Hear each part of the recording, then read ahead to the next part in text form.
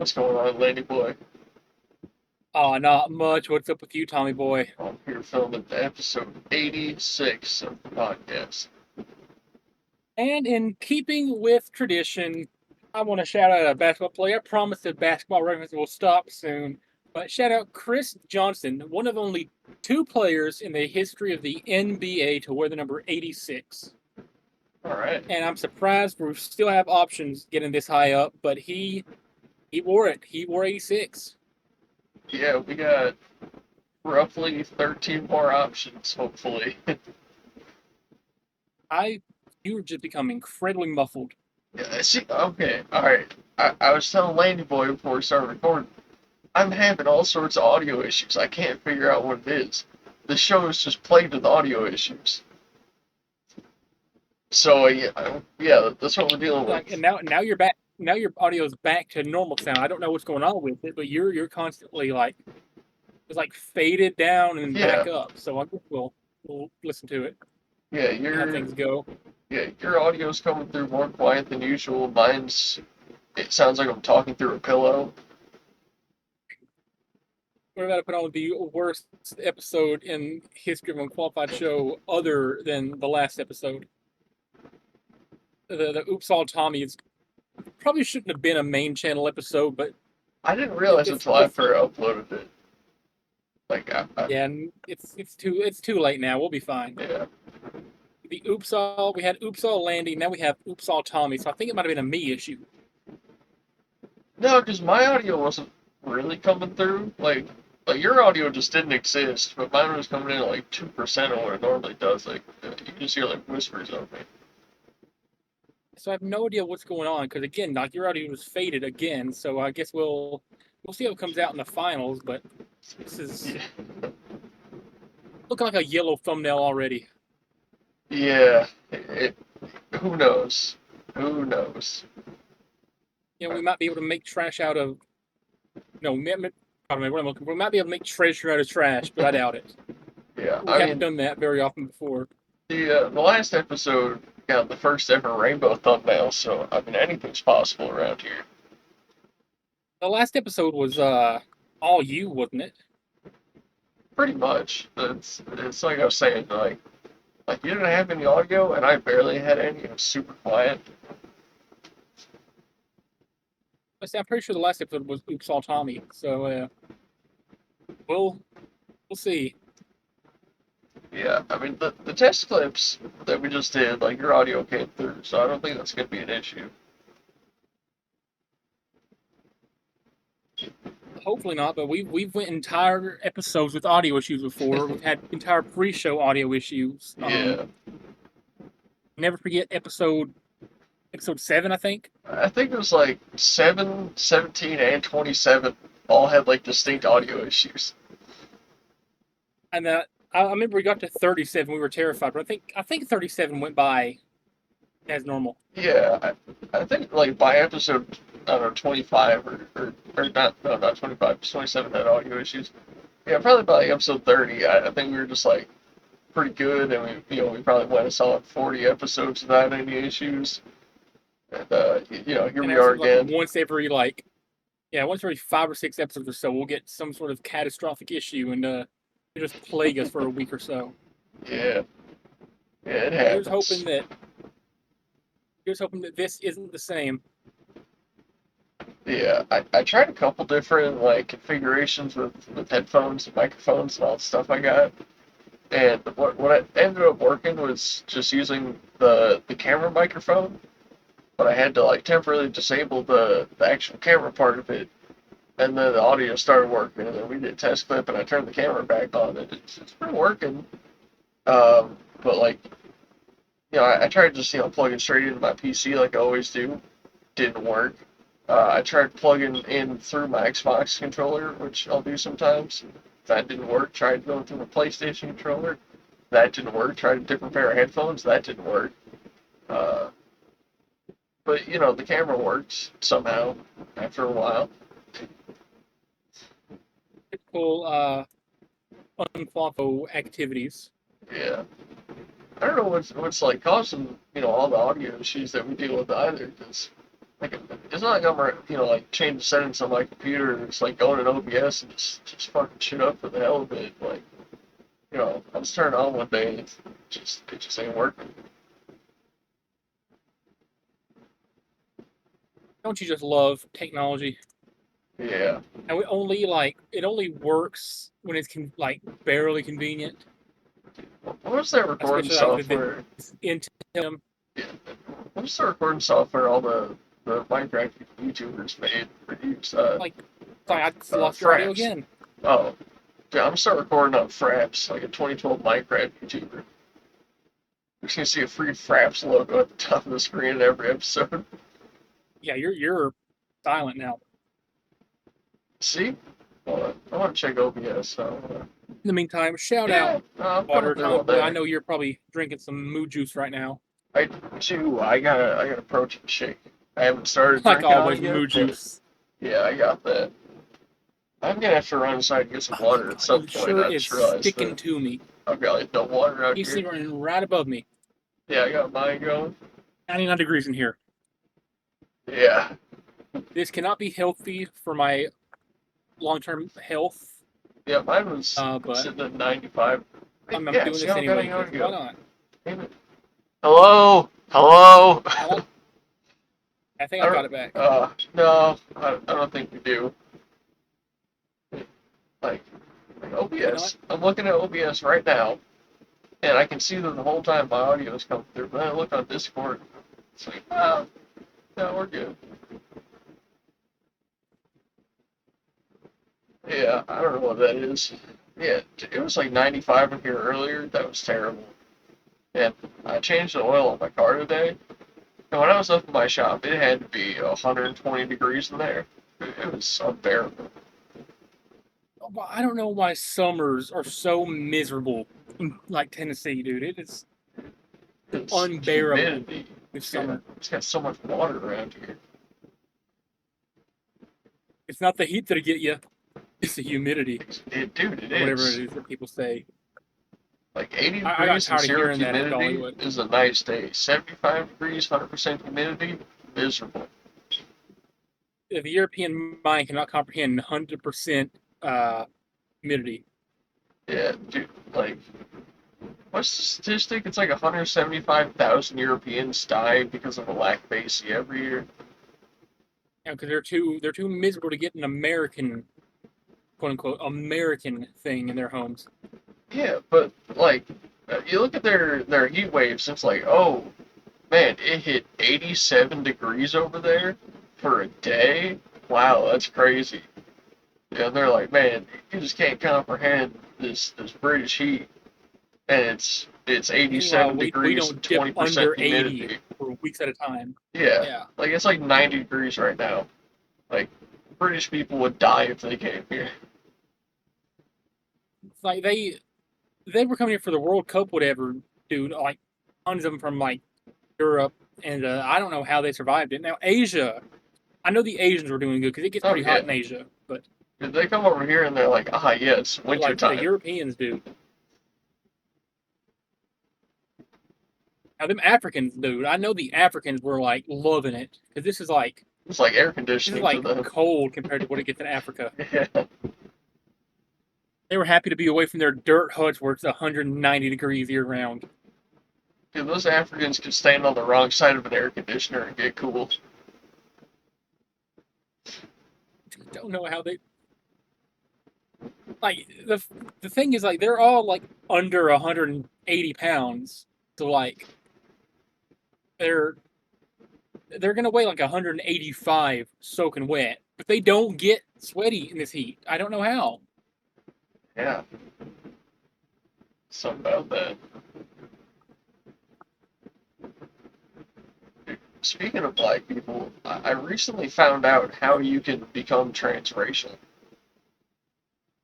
The thing. So there's this hormone called melanotan-2.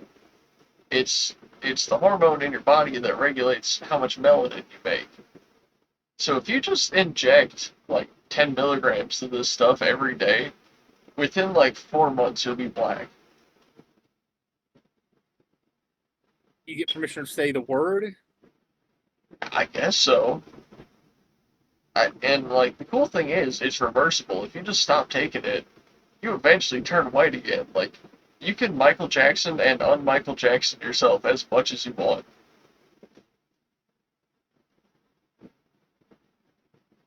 Hey, you ever seen Sammy Sosa? No. And so he's a baseball player that also did the Michael Jackson, and he might be the worst case of what I've ever seen. Okay. Jimmy pulled that up. Yeah, I was thinking you, me, and Sean should all do like a 3 month cycle of Melanotan and see who gets the darkest.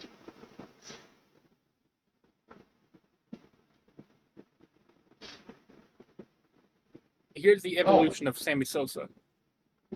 wow. He actually looks good in the middle. If he just stayed there, that would have been a big win for him.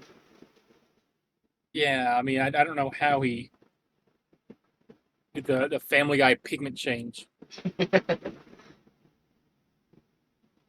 Like, Yeah. Quick, like Cleveland, change colors. yeah, Family Guy pigment change. Yeah, this right here Yeah, is this the best screenshot in Family Guy history? Black Peter it's gotta be. could be. Wow. Shout out old Family Guy. Just old cartoons in general. Old Family Guy, old American Dad, old Futurama, old I Simpsons. Yeah, I think my favorite episode of Family Guy is I think it's season one or season two. It's the one where Peter like realizes his house isn't part of Quahog, Yeah, like isn't even part of America, so he just found his own like country. yeah, it's a good one. It's the stupidest premise for an episode. He goes to war with the United States, but he makes his own country. But it's hilarious. I think my favorite, honestly, might be the Wishing for a Jew episode. I wonder why. No, it's just so funny. Like he's in his window and he's like, I need a Jew. And he's like a big dreidel in the sky made out of stars. And then the next day a Jew breaks down and he's just like, dude, please help me, please put my son through college. He needs it. Make him smart. And then Chris actually starts doing good, and he's like, "All right, Chris, you're gonna become Jewish." And they go to a Jewish church. They actually try to convert him. And like all the Road 2 episodes are still peak. I love Road to India, the one where they go to the call center in India to find Brian's like true love that he met when he got a scam call or something. Road to the North Pole, where they go to like kill Santa, is a good one. Yeah, There's Road to Rhode Island. I don't remember all the Road episodes of Family Guy are awesome. I want to say I always hated the Star Wars episodes because I've never gotten into Star Wars. I think dedicating an entire hour-long episode parodying Star Wars never made sense. I'm not a huge Star Wars fan either, but if you've seen those are pretty fun. Yeah, but like I've never watched Star Wars. I have no desire or intention to ever watch Star Wars. You've never seen it ever. I've not seen a single Star Wars movie, and I have zero desire to. That's crazy. Those first 6 movies are like some of the best movies ever made. Yeah, but like I've never been big into like sci-fi or that sort of thing. You don't have to be into Star sci-fi to Wars, like, appreciate Star Wars. it's just I don't want to dedicate 48 hours of my life to watching movies that are just based like, oh, sand people get mad at sand people. No, there's like It's sand Middle people Eastern sand people wars, and swamp but people. with lasers. No, there's swamp people too, and bear Oh, people and fish people. yeah, it doesn't sound very appealing to me. I don't know what you want me to say. It's just I've never seen Star Wars, and That's, I have zero plan to watch Star Wars. I would say You you want to say should. though, Natalie Portman, smoke show. Yeah, I would say you should at least watch either the first or fourth movie, because the first is, it's the first one that came out, and the fourth one is the first one chronologically. It's like either place you start, you're at the beginning in a sort of way.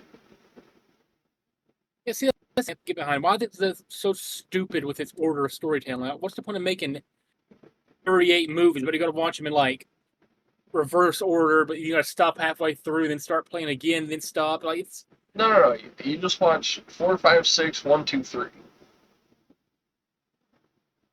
isn't there like 20 movies in the chronolo- uh, chronologically, whatever. I don't know. The chronology, is that a word?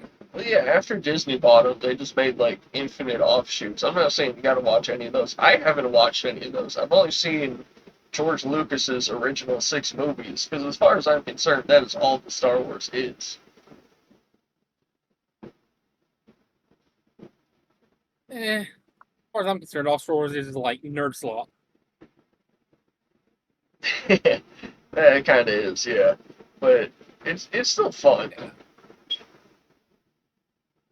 If it tells you anything, when I was 10 years old, we were in Disney World for our vacations. It's Hey, 2015. So, uh, you know, anyway, I don't remember. I think it was Hollywood Studios is the park we were in one day. I think it was the day of my birthday, actually. I could be wrong. I could be wrong. I probably am wrong.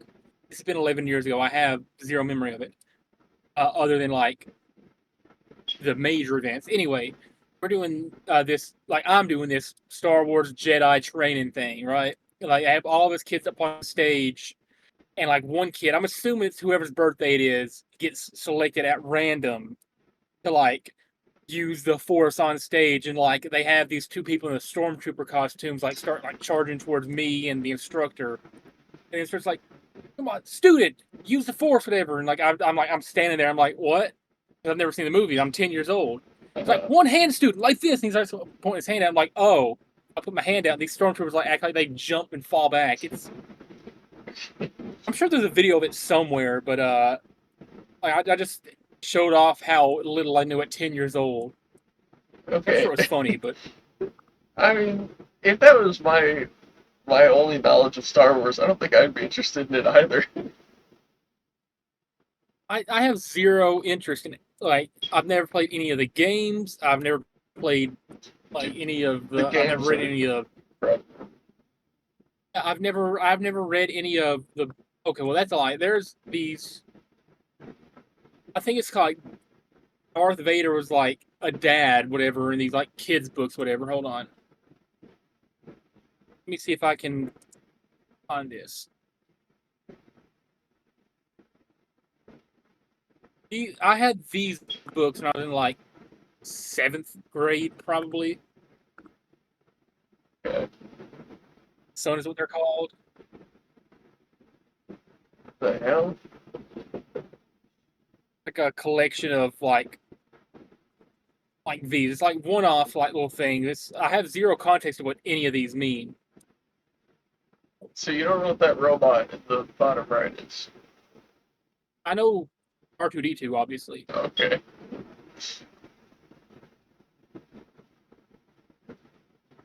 So it's like I have zero context of what any of these are referring to. I don't know if He's it's not just referring referencing to like anything. movie scenes or what. No, no, it's not referencing anything. So, okay, the little kid is supposed to be Luke Like I don't Skywalker. understand any of these references. So, yeah, the little kid, that's Luke Skywalker, the main character. And Darth Vader is Luke's I father. said it was pretty entertaining reading. I was like 12. Yeah, Darth Vader is Luke's father, but uh, I don't remember all that much, but I haven't seen these in like a decade. I'm pretty sure that Luke never actually met his father, and he didn't become Darth Vader until Luke was like 12 or something. So yeah, It's not based on anything. It's just like making a family-friendly father-fun book out of two mortal enemies that find out they're related.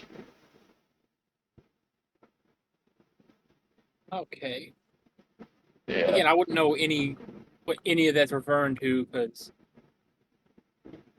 like I said, I'm not seeing them. yeah. So basically, Anakin Skywalker, that's Luke's dad. He turns heel on the rebels, and he wants to join what are they called? The Empire. I think that's what they're called. They're the intergalactic people of the Death Star. I'm sure you know what the Death Star is. I'm well aware. Okay, yeah. So he's like, nah, I want to go work for these dudes. And before he does that, he's like, hold on, I gotta go explore this volcano. I think there's something cool in this volcano. And then Han Solo, the like leader of the rebels, follows him in there, and they start dueling with their lightsabers, which are just swords that make funny noises. And eventually Lightsaber is. Yeah, Han Solo jumps up on a big rock and he goes, "It's over, Anakin. I have the high ground." Which Mythbusters proved it actually makes you nearly defenseless. And then Anakin's like, "Oh shit, oh no, I'm sorry, bro. I didn't mean to fight you." And he's like, "Ah, it's too late." He like swats him with the lightsaber, and he falls like face first into some lava, and it burns his face, and he's like horribly disfigured. And he doesn't want people to see him, so he like modifies a stormtrooper outfit to be the Darth Vader outfit, and he paints it black. And I don't remember how he became like the overlord of the Empire, but somehow he like either worked or killed his way up the ranks until he just had that whole fucking thing at his command. And he's like, you know what? I'm just gonna sit here for like 20 years and taunt these rebels and never really do anything to them except make them fear me. And so he just toys with them for a long time. And then eventually Luke's like, I gotta go kill that dude. And then, he's like, well, what's the easiest way to do that? I know, let's get a bunch of TIE fighters together and just blow up the Death Star. So they find this little vent. It's like 2 feet by 2 feet in a valley on a spaceship the size of a planet. And they're like, if we shoot that thing, this whole thing explodes. So they shoot it. It explodes. Turns out Darth Vader made it out, 'cause he's magic. He like used the Force or something. I don't fucking know. Uh, and Luke's like, "Oh shit, dude, you're alive!" And they start duking it out. They're fighting, and then he kills him. Luke kills Anakin, Darth Vader. Okay. I just summed up Didn't he six bang his movies for sister you. at some point too? Oh yeah, so yeah, I've heard the jokes that like, he banged his sister. so he doesn't know it's his sister though, because they have different mothers, but Anakin it's both of their fathers, and they just they didn't know the whole time they were fucking that they were half siblings until Luke and Anakin are duking it out, and Anakin goes, "Luke, I am your father." He's, what the fuck? And pulls the mask off. He's like, "I know I'm horribly disfigured. I fell in lava, but trust me, I'm your dad." Yeah, if you fall in lava, you're not going to survive. So that movie is already like the entire plot point there that sounds pretty major. Just ruins it. Well, remember this is space lava. It's different. I don't know how, but it is.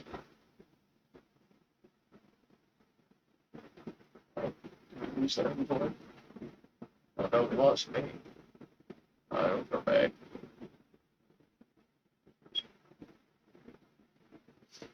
I Sorry. think I lost your audio. No. I just dropped off for a second there. I got you. Yeah, yeah. I pretty much just summed up six movies for you. Also, at some point, they need to get like I don't know something from this dude Jar Jar Binks, who's just a fat pile of shit. I mean, he's actually like a giant slug or something, but he just looks like a big pile of shit. He looks like Dave Blutz, and Okay. and somehow Leia ends up fucking him just for the hell of it. Uh, and then he's like, "Oh yeah, by the way, guys, look at that pit of sand out there." And they like go outside, look at this big pit of sand, and this big worm comes up out of the ground. And they're like, "Yeah, I feed people that thing." It's like, oh, okay, it's just like not a plot point after that. They just leave. And at some point, oh, at some point in the movies, Luke is out exploring another planet and he crashes into a swamp, and that's where he finds Yoda, who's like 900 years old at that point. And I think Chewbacca and Han Solo go on some adventures for a little bit, and they end up in a planet full of like bears, but they're like really really tiny bears. They're only like a foot tall. I forget what they're called. They have some stupid name for them, but there's a little like they're like teddy bears, but they're alive. Anyways, a bunch of stormtroopers are there too, and they have this big shootout, and it's like I don't know, it's some like really important scene to one of the movies, but it like not for the plot, just because it looks really cool. Hey, Yeah, I think Star Wars like I think everyone should see it once in their lifetime just to know it. yeah, I don't think I'm ever gonna watch it. I think you pretty much summed it up well. Yeah. Now I It want doesn't to seem watch like it again. something that would be appealing. I don't know how it is appealing.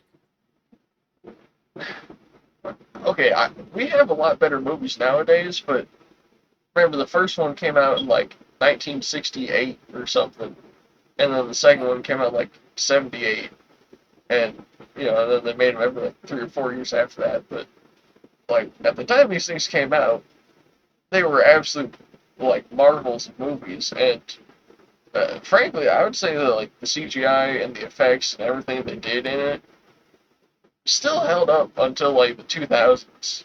Like I don't think there was really any movie with like that level of like just technical ability behind it until the 2000s. I mean, I feel like there were a lot better movies from the 70s and 80s. Movies that are infinitely better in the 70s and 80s. Like what? Uh, Like what? you ever seen like anything Tom Hanks was in that era? I would not put any Tom Hanks movie over Star Wars. I rank every single Tom Hanks movie over Star But Wars. you haven't seen Star Wars, so you don't even know how to rate it. I'm losing your audio again. You've never seen Star Wars, so you wouldn't know how to rate it. Based on what you've given me, Well, that's not I much to wouldn't go say on. I'm there's hardly a very reliable much. narrator.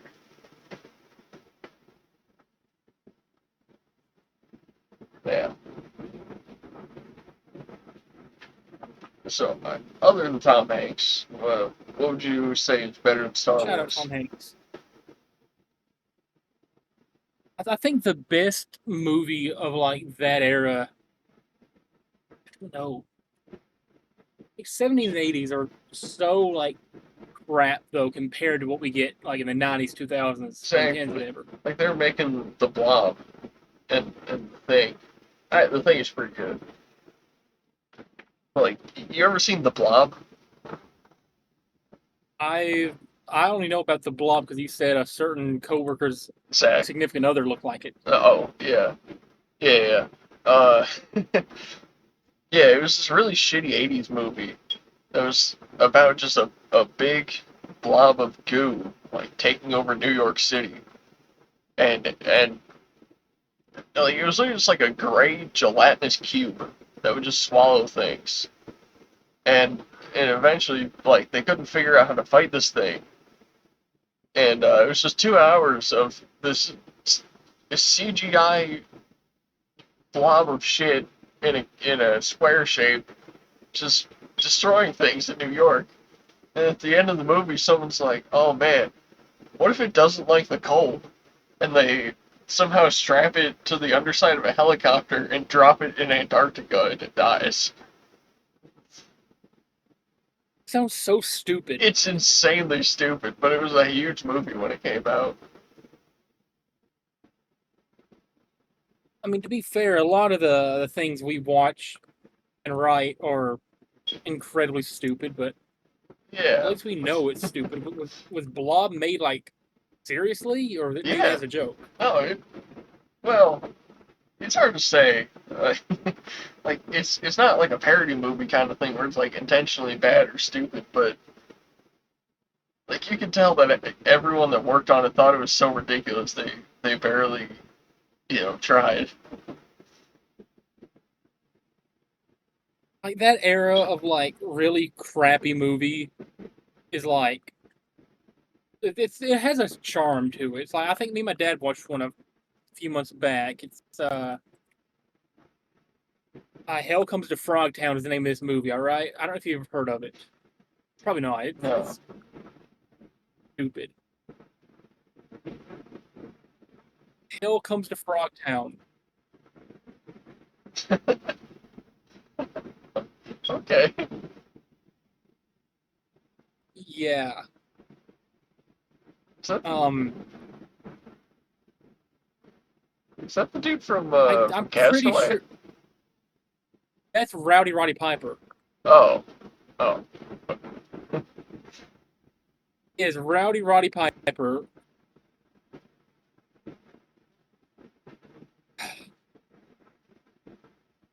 Wow. picking wrestlers in anything to act back then? That's something.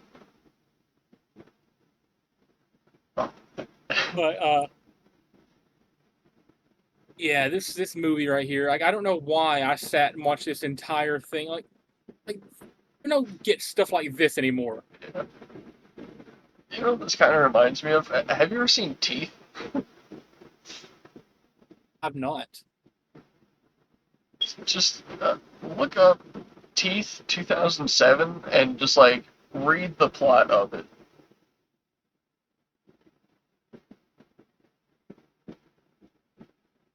High school student Dawn seems like just an average girl growing up next to a nuclear power plant with her parents and troublesome stepbrother Brad.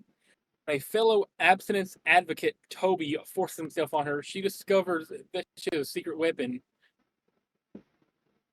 She Untamed teeth. Yes, she has What? a set of teeth in her vagina that bite the dick off anyone who tries to rape her. And the plot of the movie is her constantly getting raped. I don't think we can show that. I And don't think we can either. the plot of the movie is her constantly getting raped and vaginally biting their dicks off. Who writes this sort of thing? I don't know. It's supposed to be a horror movie, Somebody but it's had the so idea. ridiculous that you can't help but just laugh at the absurdity of it.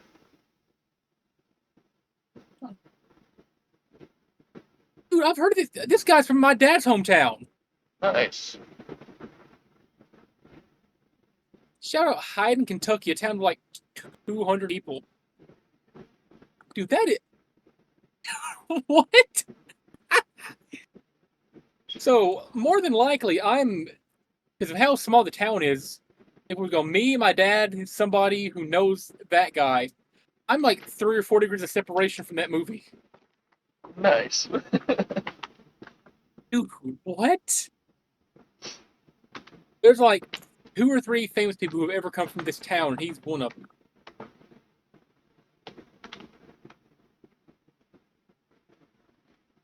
And that's wow. Yeah, it's an interesting movie. Shout out Hyden, Kentucky.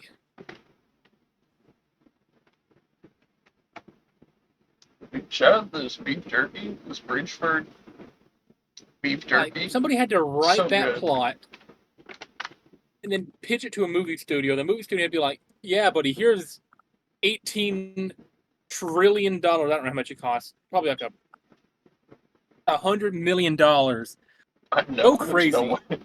That movie probably cost 10 I don't know what grand. the budget was, but Whatever the budget was too much. Yeah.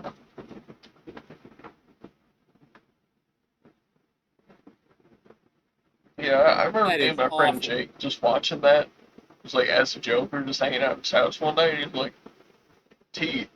Oh, it's about a girl with teeth in her vagina. Let's watch it. I'm like, oh, fucking okay. It's such a bad movie. Yeah, the plot is girl has teeth in her poon. That's already a bad start. Yeah. That's I I'd rather watch that over Star Wars, honestly. I would too, actually. How does something like that get made?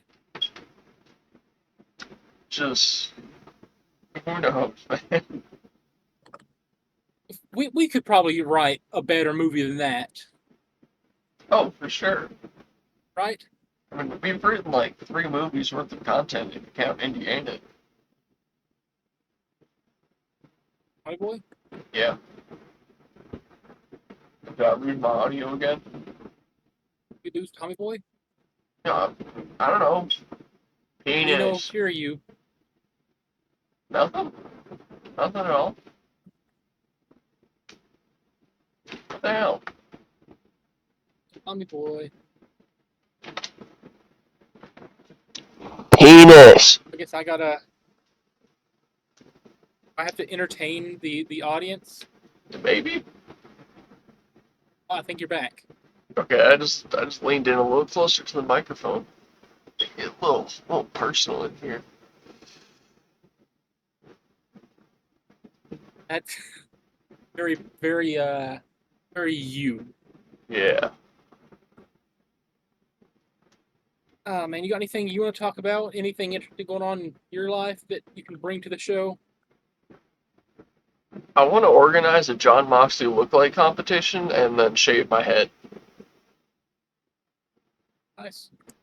I want to say anti shout out to any grocery shoppers in East Tennessee for existing, for breathing the same air as me. Let me get my M&Ms out real quick. I have some M&Ms, not sponsored, but they're pretty good.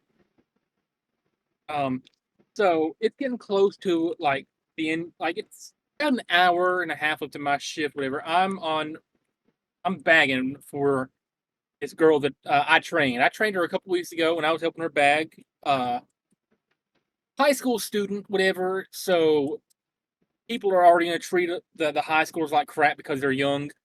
Yeah, I love They don't doing deserve that. respect. But anyway, so they have a tax exempt card. I don't know if they're for a school or a charity or what, but they have a card that lets them get their products tax free, which is something you can do if you're buying for a school or a charity, right? Yeah.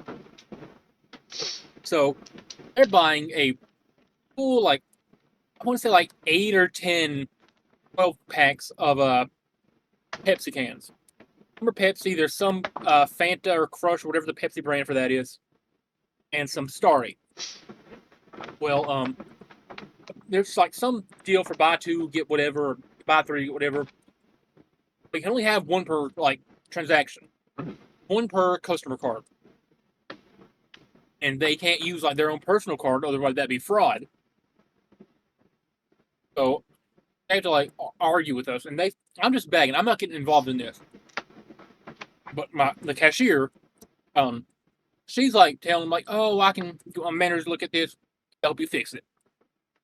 We get one of our front end managers comes in, looks at it. She's like, okay, yeah, I'll go check the tag real quick. I'll be back. It's a man and a woman. I'm assuming they're a married couple. The woman starts like cursing under her breath towards her husband, like, "Oh, this is BS. This place sucks. Whatever." Blah blah blah blah blah. Enough to like where me and the cashier can hear it. Like she's trying to like be quiet so the rest of the people don't hear, but like we hear her. Anyway, the manager comes back. She's like, "Yeah, that's supposed to be on there. I'm gonna go ahead and fix it for you. It should be on there. I'm sorry about that. Whatever. We get it fixed."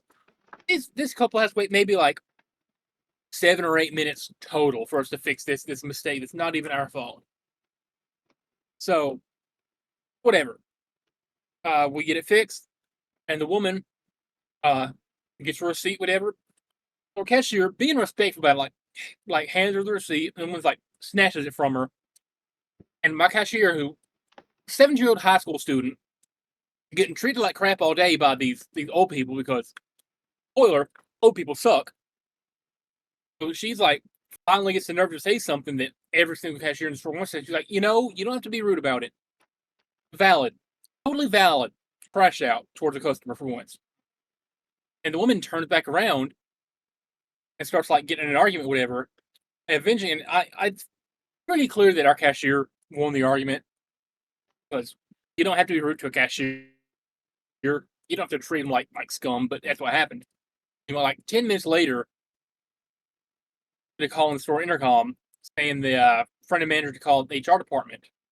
5 minutes after that, our cashier has to go up to the HR, give her side of the story. Doesn't get in trouble for it because obviously the customers suck. The customer's in the wrong.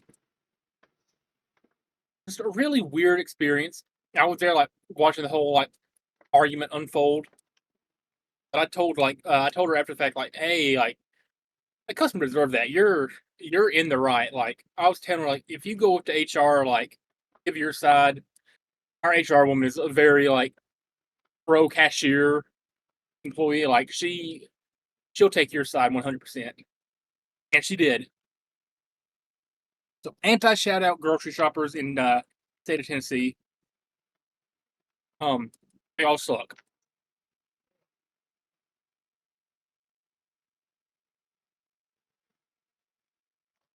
I want to show off a cool picture. I just remembered I can show that on here.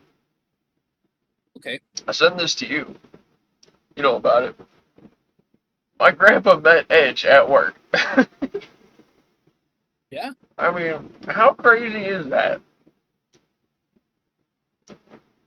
Try to brighten this down a little bit.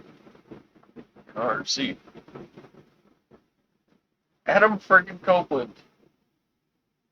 What the heck, dude? Yeah. Crazy world.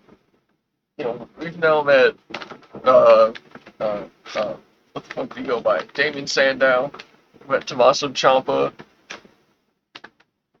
Shout out women. Oh my god, dude. Big booba.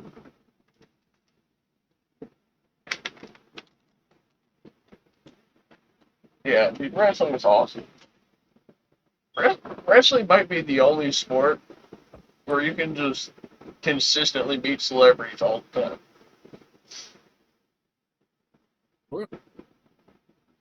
Because, like, no other sport is as intimate with the crowd as wrestling. It's really hard to find like any sort of entertainment aspect that's that interactive. Right? Like, you go watch a basketball game, as soon as it's over, they run to the locker rooms and they're out of there. You know, it's not like they're hanging out, signing people stuff, whatever. Like, no, they're gone.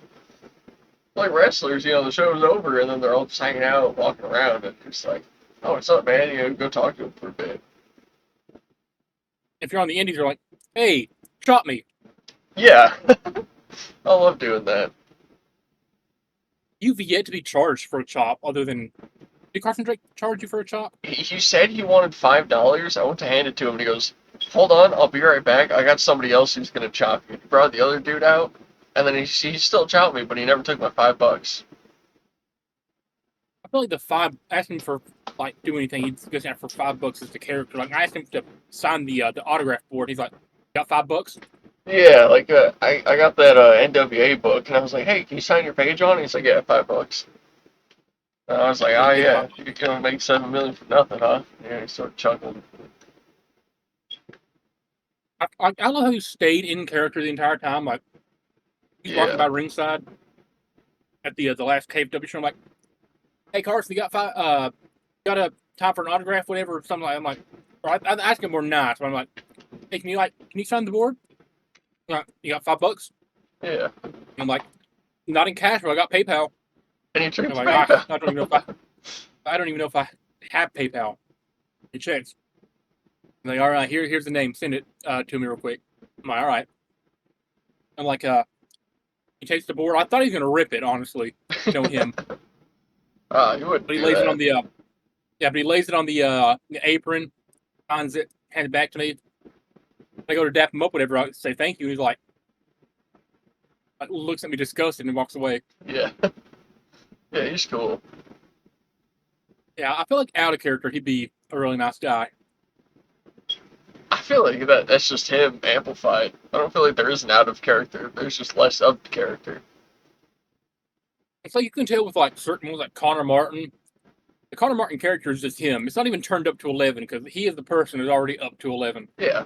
Yeah. Connor Martin I, is I, just feel, Connor Martin. I mean, I feel like he's gonna be like a little mellow after the show when he's tired, but like, I mean, like pre-show or like during the show, he is like, he's just a guy being a bro, being a dude. Yeah. And like Jesse, like when he's out there, JC is just Like, Jesse turned to 11. Like, you talk to him after the show. He's exactly like he is in the ring. He's just not yelling. Same thing with Clara. Like Clara after the show's gonna be as like sarcastic and whatever. She's just not yelling at people in the front row. Yeah, like she's still a little like bitchy, but you can tell that it's fun. I feel like after the next show, we need to ask Clara, like, "Hey, can we be your ring stairs next time?" Yeah, that'd be good. Like I don't want to say like I'll give you $5 to be a ring star because that seems like it's Yeah, like a kink thing. It's not. it is. I just want. It's not. I just want to be like, I want to be part of the show in any way possible, right? Like, can I be a ring stare for a night? Give the security guy a night off. Yeah, that would be fun. I mean, I have to check with Jesse, make sure like, hey, dude, is it alright if I like offer to be a ring stare? And if Jesse's like, hell yeah, I'll be like, okay, I'm gonna do it then. Yeah, I don't see him having any problem with it. Like, imagine she pulls us to be the ring stairs.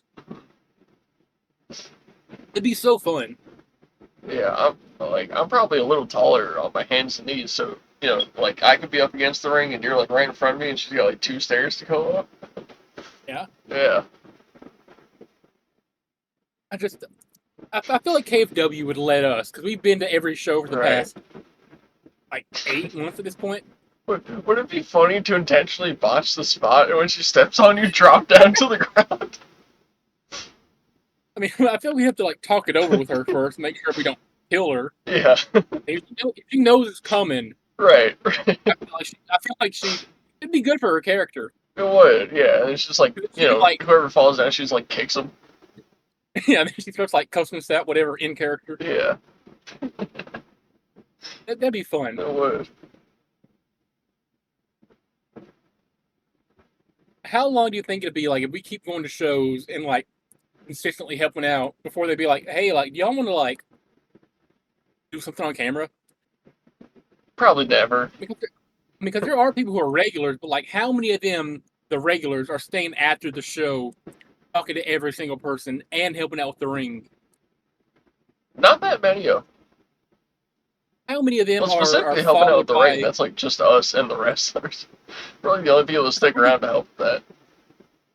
I mean, the other people who stick around all have some sort of like disability. No offense. Full offense. It's like they're not going to like ask the one with disabilities like, hey, do you want to pack this 50-pound metal beam, 16 feet long? Yeah. No, but you know who they are going to ask to pack the 16-foot long, 50-pound metal beam? The 2 men who are in the prime of their lives. Right. The 2 dudes in their 20s who want to help. Yeah. It was crazy. Like the first couple times we asked, we're like, "Oh, do you mind if we help?" They're like, "Yeah, whatever." Like now we'll be talking to a wrestler, and Matt comes by, he's like, "Hey, you two, get with the ring. Start getting it out of here." Like he'll point at us and just like tell us to start doing stuff. I love how one of the first times Kylie Perry was like, if you're in the effing building, you're going to help with the ring or leave. Yeah. Like, she was not playing around. I don't know who pissed in her cornflakes that morning, but she was feeling herself that day. Yeah. Yeah, wrestling's great. We help anyway. Yeah, wrestling. Yeah. And it is crazy. Like, no other company would just let random people be ring crew, but If you're at KFW after a show, you can just help them take down the ring. Like, they don't care. No one's gonna ask questions. And also, I just gotta point out, now that we've, technically been on Ring Crew a few times, there's absolutely no way in hell that Ringworks Carolina could reasonably believe that Serena and Paradox just walked out of the building with an entire ring in the middle of a practice session. It's like they're two people, right? It's gonna take them like an hour Right. minimum to tear down the ring and load it. They'll have like 12 or 14 people at a time loading up the KFW supplies. Still takes half an hour. And yeah. Yeah. And Ringworks Carolina really wants us to believe that Serena, Vale, and Paradox just walked in there, grabbed the ring, and walked out with it in their back pocket. Ring Wars Carolina might be the worst company on earth. Yeah. Anti-shout out Ring Wars Carolina. We've never even been to a show. We've only ever heard of them because they accused Serena and Paradox. And we'll never go to one of their shows. Yeah. Like, I feel like if they ever offered to collab with us for FWC, we just like make it public. Like, no, you suck. Yeah. I would publicly announce we hate Ring Wars Carolina. I would too. Like, I'd screenshot that DM, go straight to the FWC Instagram, straight to the stores. Look at these fucking bums, dude. They're requesting the help of SAB to stay relevant. They can't even stay relevant on their own. Yeah. The GOAT SAB. Yeah, our SAB. Have we talked about the other SAB on the show before? Yeah, we've talked about the Israeli one. Who haven't had a match since 2022, allegedly, according to Cake Match. Yeah. Oh, isn't that just crazy, That though? was still the craziest find Yeah. of my life. Yeah, not only is there another wrestler named SAB, he was born in Israel. Now, are you sure there's not been another, like, Lucha Blanco in history? Have you done your research on that? So there is somebody else with the Instagram handle Lucha Blanco, but they don't post anything. It's just a dead account. What? Yeah. Penis. I heard, like, one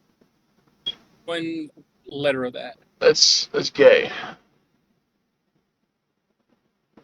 Yeah. Okay. So there is somebody else with the Instagram handle at Lucha Blanco, but that guy doesn't post anything. It's just a dead account with nothing on it. So, as far as I know, I'm the only one. Although, yeah, I'm sure somewhere in like Mexico there was one at some point.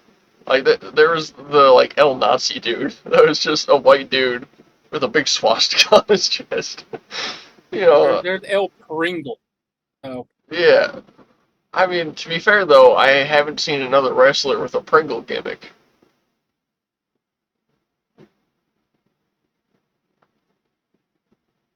You know what?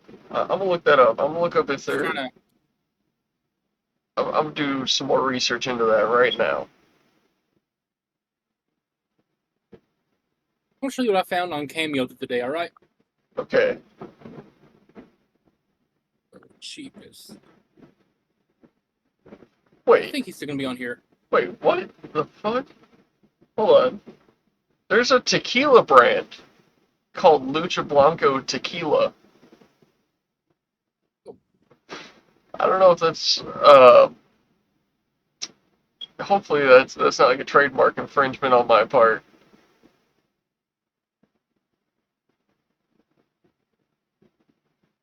Huh. See if I can find where this guy's at. There was an Angel Blanco and a Tigre Blanco. Okay, yeah, here it is. I was looking at wrestlers on Cameo, alright? Okay. I find some potential FWC talent, and I found this. Hey everyone. Wait, what is his name? Everyone. The Weeded Show. Over here, you got a He's got a You got Dude. someone that needs yeah. roasting. You Oh my, got that's actually hilarious. just a $10. He could be Luchador. all yours for a cameo. Oh man, yo, we might actually book this guy.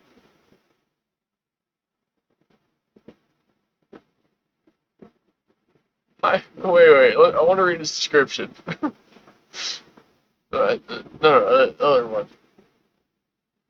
Yeah, the high-flying, blunt-smoking champion of the imaginary world circle.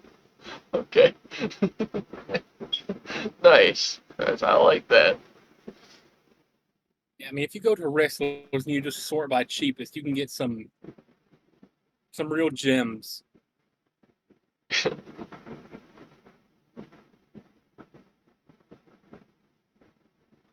Okay. And I just know all these guys are like people in the indies who think they're the hottest thing in existence. Yeah. Hot Dog Starks. Okay, I'll fuck with that. There's the wheat store. That seems like a copyright infringement. WW. Oh no, it's WV. Never mind. If that's Oh, WWF, that's what yeah, that's what I WWE thought was that was before it too. was WWF. It kind of also looks like WVWF. WMW. Like, yeah, That logo was that's a a bad headache. logo, yeah. But straight to the right of that, we got budget Jamie Hayter. Okay, never mind. Yeah, like imagine like trying Yeah, to hold be an on. indie wrestler and you have the cameo Justin, and you're charging do I not have any audio $10 and you again? look like an Amish dude. No offense to whoever Stephen Kane is, but Yo, there's a dude on the right ooh, side. I don't think I have any audio. Hello? Hello? Yeah, I don't got any audio.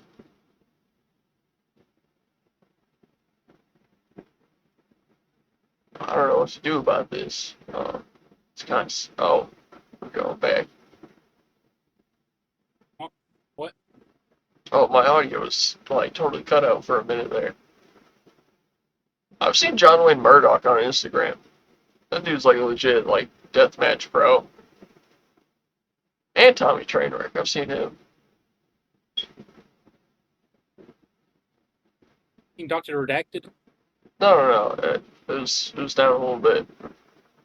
No, I'm saying like, have you ever seen Doctor Redacted? Oh no, I haven't seen him.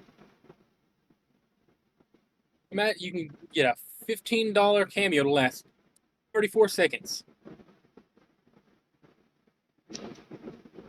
Oh, I can't do it. You know, I'm just Maybe curious. I would never, but Hello, this is Daphne the. oh no, I'm already out. That is probably the worst estrogen voice I've ever heard. Mhm.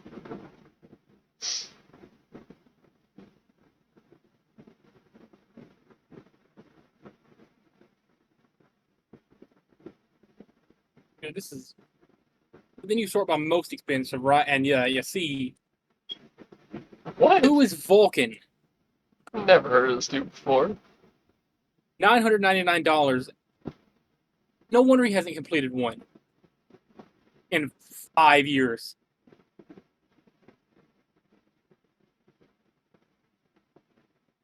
Ric Flair, you get $500 for a minute 17. I mean, like, that makes sense though. He's Ric Flair.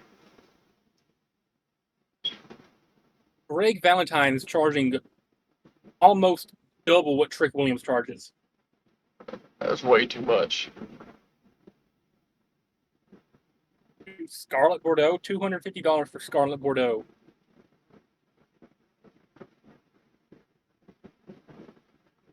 Sergeant Slaughter is being reasonable with his pricing. Yeah. The Miz is being pretty reasonable. Chuck Liddell, I don't know why Chuck Liddell's on wrestling, but $190 for Chuck Liddell seems fair. Wait, Kevin Nash, isn't he dead? Kevin Nash, no. Oh, I thought he was. No, Scott Hall is. Oh, okay, yeah. Joe Hendry still making cameos. Oh, why not, dude? Seems like a good racket if you're kind of famous. Yeah, awesome. I love Chael Sonnen. Yeah. You ever see the press conference videos of Chael Sonnen, whatever? Just like that dude does not waste a word when he's going on his rants. Oh yeah, he's the best at ranting.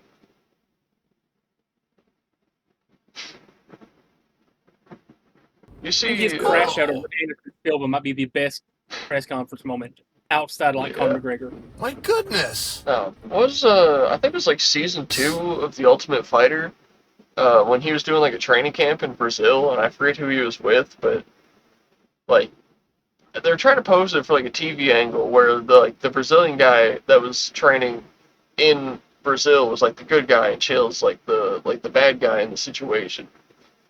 And by no means of his own, like the script just kind of ended up getting flipped, and all of a sudden Chill's got to be the good guy because the guy that he's supposed to be there with training all these people like tries to fight him and he just beats his ass.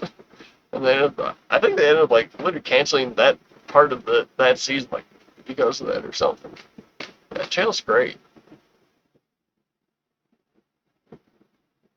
What do you think's hiding behind this cameo right here? Scott Steiner. I don't know. You think Big Papa Pump has got anything good going on? Do you think I should pay $125 to ask Papa Pump if he'll chop me at WrestleScream? Scott Steiner, Never Big know. Papa Pump. And I'm now on Cameo. Mr. T look alike.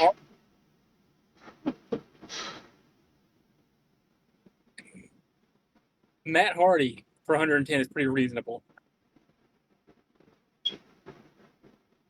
Dude, Kurt Angle's only 100? Alright. Rob Van Dam's 100? Don Fry at 100.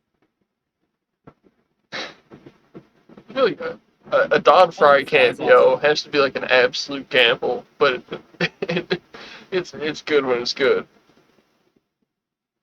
I mean, 2 minutes is pretty good for Don Fry. Bob, this is Don Fry.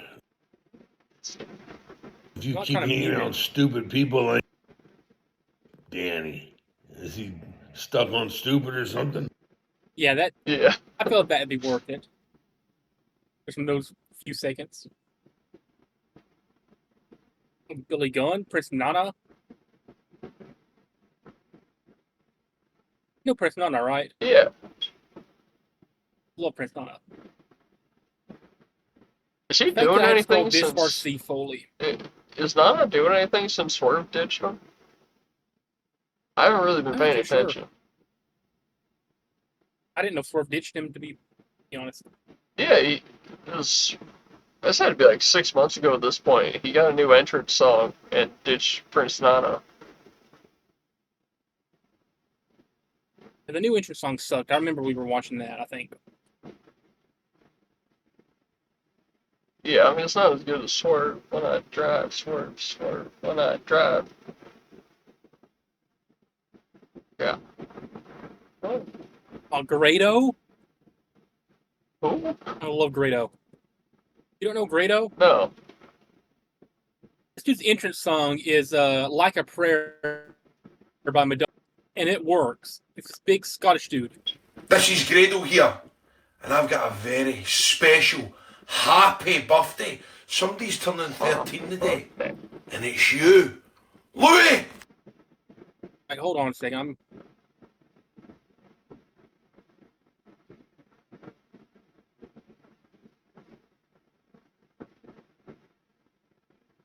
One of the best European indie matches I've ever.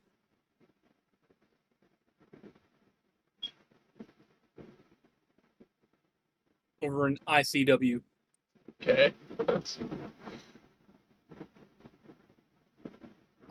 Yeah, Fear and Loathing in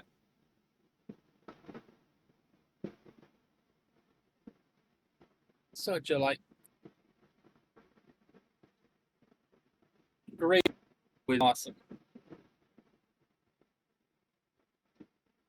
Like, you see this kind of build, and you're like, oh, go be good.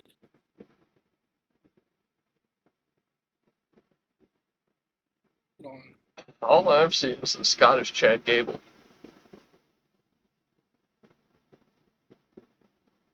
If I can find this, Following contest is scheduled for I don't one get fall. sued into oblivion. Introducing first, weighing in tonight at 0.17 Mhm. metric tons. For the top end So, look how small that ring is. What the fuck? It's like a 10 by 10. That's gotta be like a, that's like maybe a 12 by 12.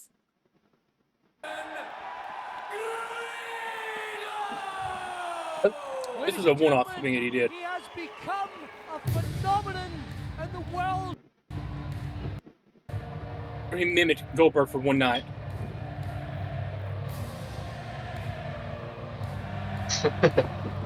Okay.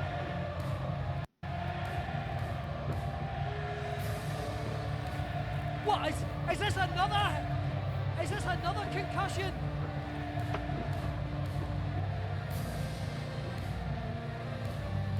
What's going to happen next? Is Eddie Roberts going to come out and pretend he's a bushwhacker? What the hell's going on here? Well, ladies and gentlemen, there he is. From the top end of Stevenson. See, it goes from the Goldberg theme into Madonna, which is like real walkout music.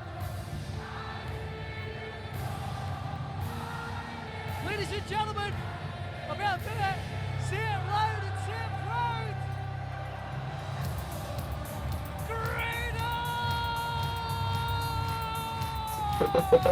Look how over this guy is. Look how Yeah. popular.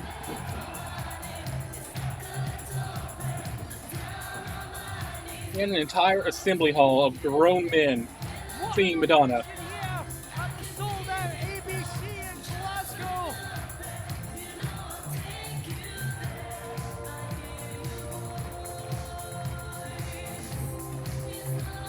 It's always a party atmosphere when this young man comes to the ring. Like, nobody else in wrestling can make this song work. You get a fat Scottish dude to come out to Madonna, Wrestling that has and made it's the most beautiful thing you've ever seen. the fans like he has in the last 2 years. Once upon a time, he was Graham Steveley from Stevenson. But tonight, once more, he's Grado, dancing his way to the house. Listen to this. Like, is this not the best indie wrestling entrance you've ever seen? Saw Samuel from London. I mean, Tommy Invincible, It's just not about probably better. dancing and singing in the pub. Ever seen Tommy Invincible walk out in the mall? Yes, I love that. It's unironically might be my favorite, other than Grado's, favorite entrance of all time. Like, it doesn't make any sense for a fat Scottish dude walking out to Madonna to be the best thing you've ever seen in wrestling, but it just is. Yeah. Like, how can you hate that? How could anybody hate that? I don't know, man. You were smiling, you enjoyed it. Oh, yeah, I loved it. And, I'm gonna go refill my water. I'll be back in like 2 I minutes. think I lost you. I'm gonna go refill my water, so I'll be back in like 2 minutes. Okay. All right, let me entertain y'all. So,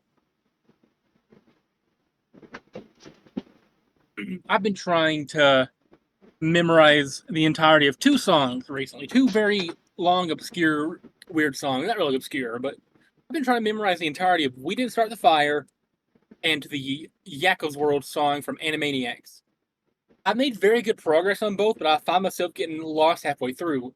If I ever remember them all, I might show that off on camera. I've also, despite hating CM Punk, tried to relearn the entirety of the Pipe Bomb promo. That's another one that I've gotten really close to. Really close to. There's a part where he starts going off about like not being promoted and not being on the cover of the program, and all that I kind of get lost on. But I know the first like half of it by heart, and like the last few blurbs. So maybe if I finish learning that in the future, we'll show it off. But it's pretty big maybe. That said, I don't know what else I'm going to talk about. I'm trying to work on preparing something. I was going to get it finished pre-show, but I kind of got distracted by neighbor, so couldn't. It is what it is. Big news. This is the first Unqualified Show episode since I've turned 21. We're recording this on July 16th, 2026. I turned 21 2 days ago.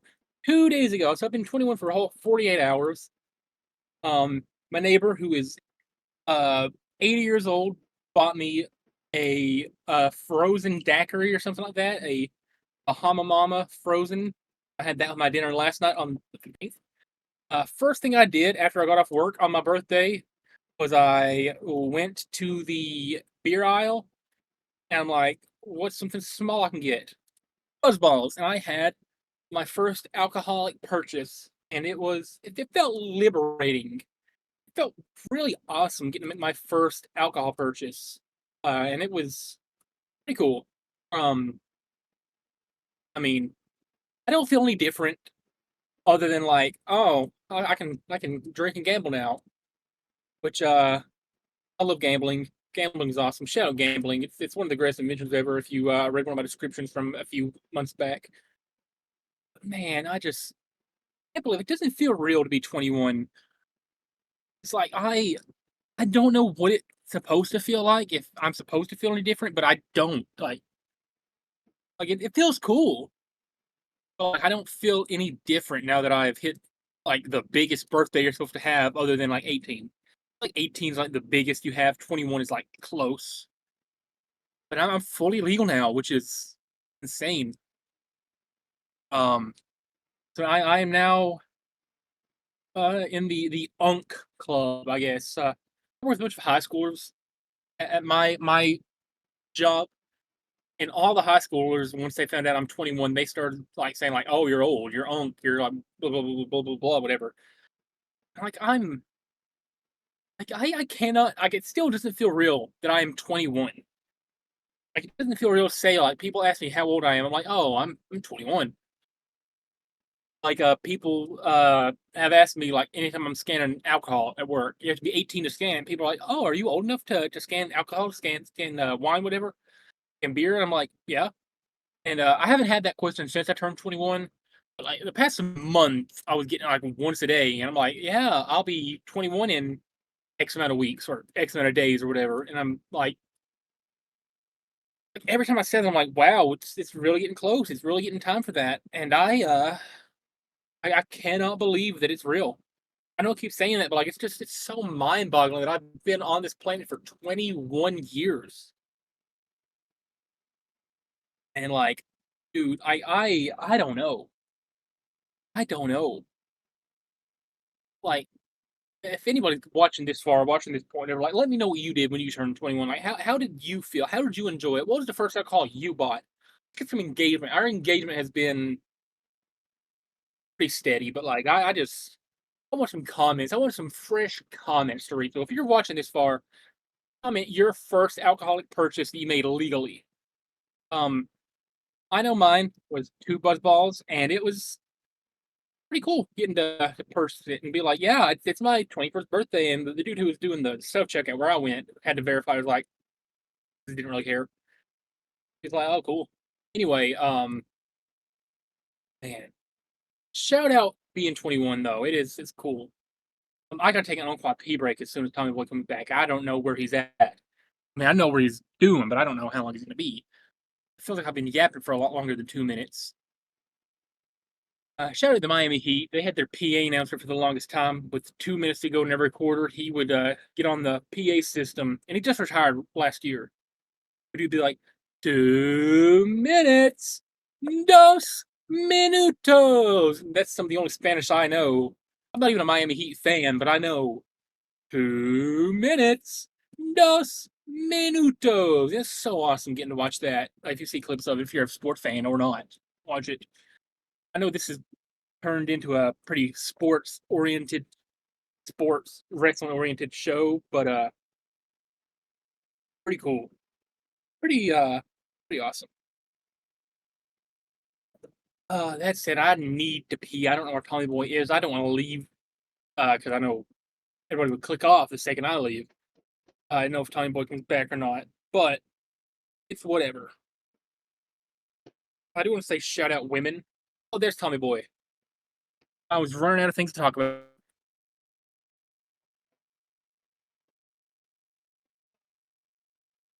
Hello. Tommy Boy, I gotta take an unqualified break real quick. All right, you enjoy that. I'll be back in a moment. I guess I gotta fill the dead air here. I started a new YouTube channel. It's called I don't remember what I called it. Let me look it up. Basically, I archived all of Johnny Rebel's songs, and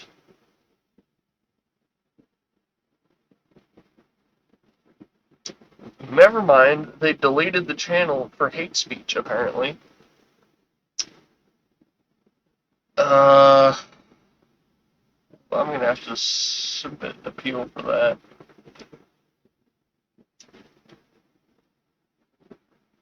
Yeah. Hold on.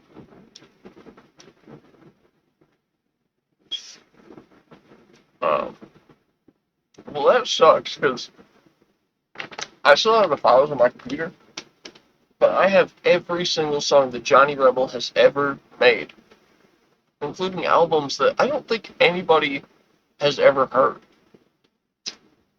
And I put it all on YouTube, but it got removed, so we're gonna work on that. Oh, it got removed.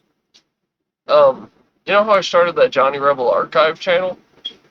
Yeah, He got deleted. already. Yeah.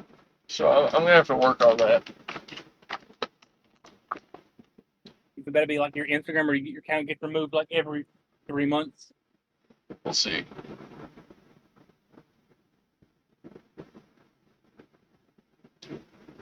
Also, if you made a new Instagram account, how did you curate it to be a racist reel so fast within like a day?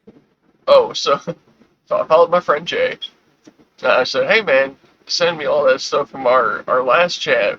You know, because basically me and Jay, if you scroll through our DMs, it is just racist reels. It is literally nothing but racist reels.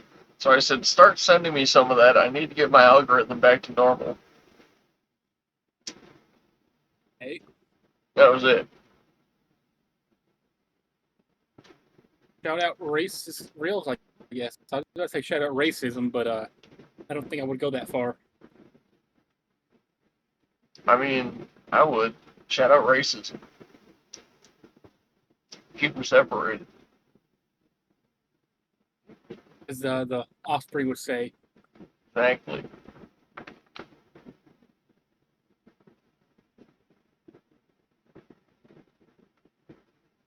You got anything planned? I was working on some on the audience, whatever. I was working on something, but I kind of got distracted. I got have nothing pulled planned by one of whatsoever. my neighbors. I had to go talk to for a bit. Yeah, I got no plans at all. I already got on Yeah, here so and I I'm figured we will give it a gab at 3 hours. like I'm currently a little over halfway through what I was gonna make, and I don't know if I'd be done in time to give it to the show. I mean, it's only been almost an hour and a Yeah, half. It's not quite an hour and a half since we started recording, if so I we're already get done, halfway. we can extend Yeah. the show by a little bit. But I'm like that's what I've been working on. That's why I'm like kind of half zoned out right now. All right. Shout out women though. Indubitably, I love boobs. I mean, I looked back on some old Google Docs trying to clear them out, and I found the time where we did the name how many ever women challenge. I think we got to like 300 something women named on the Yeah, doc. yeah. We could probably do more It now. was You could probably name even more women if we really thought about it. yeah, shout out women.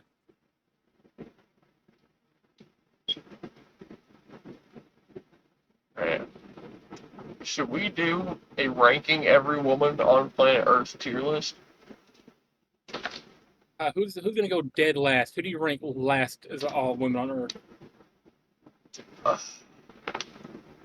I assume they have to Ilhan be Omar, biological whatever her women, name so is. I can't say like Bruce Jenner or Michelle Obama. Right. Who's the one that Shane Gillis had beef with? Every single left-leaning woman comedian on the planet. No, but there's one that he was like really, really. Hold on, uh,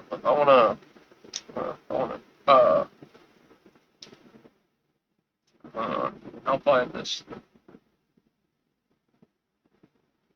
Oh, Chelsea Handler. That's it. Oh yeah. Yeah, I would put Chelsea Handler dead last. Chelsea I'd Handler personally once put Ilhan Omar last. Chelsea Handler once famously said, "Racist jokes are worse than rape." Yeah, Chelsea Handler might be bottom 10 women on the planet. Now, that made me think about something, right? I was watching a Dave Chappelle, what do you call it, like stand up, Special. yeah, special, and he was talking about his argument he had with a woman. Oh wait, no. Sorry, it wasn't Dave Chappelle. John Mulaney. No, it wasn't Dave John Mulaney. Chappelle. Shush. It wasn't Dave Chappelle. It was Jimmy Carr. I just remember this. And he was talking about this woman that said no rubber, no hubba hubba. Like, I think it was like what do you call it? Like a heckle from the crowd. And he was like, okay, so what you're saying is that rape is okay as long as you use a condom. Like imagine your wife coming home and you're like, oh, how's your day, honey? And she's like, oh, it was all right. You know, someone had sex with me, you know, against my will, but I used a condom, so nothing I can do about it.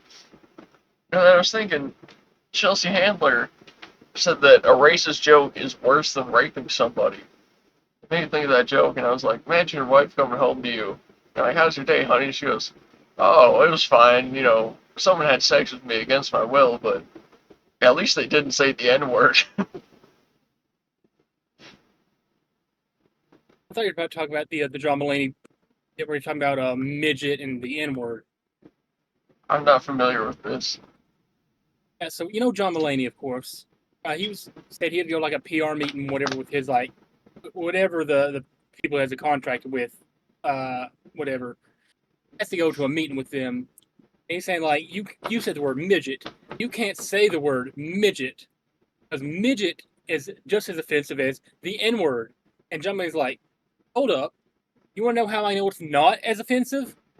Because you're saying midget. If you're comparing the badness of two words and you can't say one of the words, that's the worst word. That's a good point. I say both of them a Shout out John lot. Mulaney. Yeah. Shout out John Mulaney. You ever heard about John Mulaney talk about when he was on like cocaine or whatever? I think that's what he was addicted to. I don't know anything about John Mulaney, honestly. I love John Mulaney. He was in Big Mouth, and he did a really good job in Big Mouth. I've seen like 2 episodes of that. Probably the weirdest show on the planet, but it's really good. It's got Nick Kroll's in it. Everybody likes Nick Kroll, right? I don't think I know who that is either. No, you gotta know Nick Kroll. Maybe if I saw him, but like the name doesn't ring a bell. If we're doing like a ranking every like actor tier list, I feel like Nick Kroll would be like top 100 easily.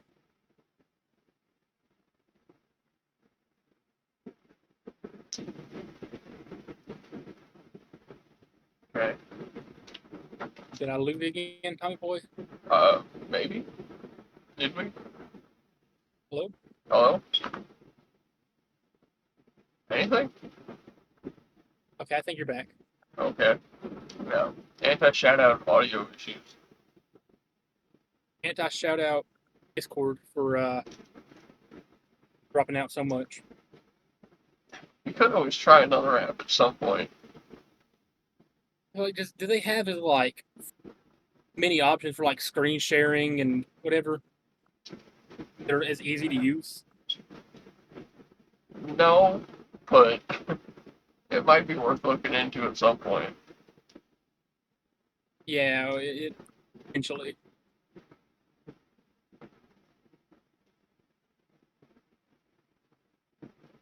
And I'm fighting my way to get this thing done in time, but it might take a minute. If you want to stall for a bit, but I'm pretty sure I wrote some you ever noticed? in my notes that I want to talk about. I have a note I wanted to share real quick. I don't know if it's been brought up before. Have you noticed how Chris Cornell, when he was younger, looked like Tony Hinchcliffe? Yeah, I can see it.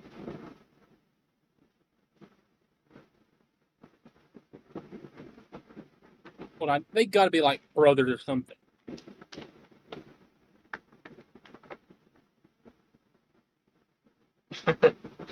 Yeah.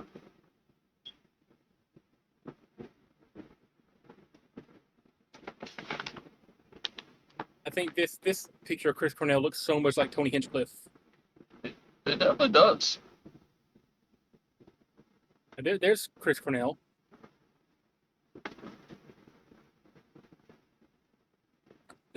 Tony.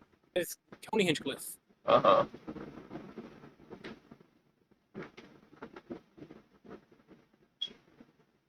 Anyway, you were going to say? So, alright, I got two notes. Sorry, meat beef jerky. One of them is a stand-up joke that I wrote. The other one is a story from high school. Okay. I'll start with the stand-up joke. It also kind of has a question at the end, so we can debate about that for a little bit. If I applied to be a mall Santa, you'd probably think I was a pedophile. If my grandpa applied to be a mall Santa, you'd probably think he was a pedophile. No, just kidding.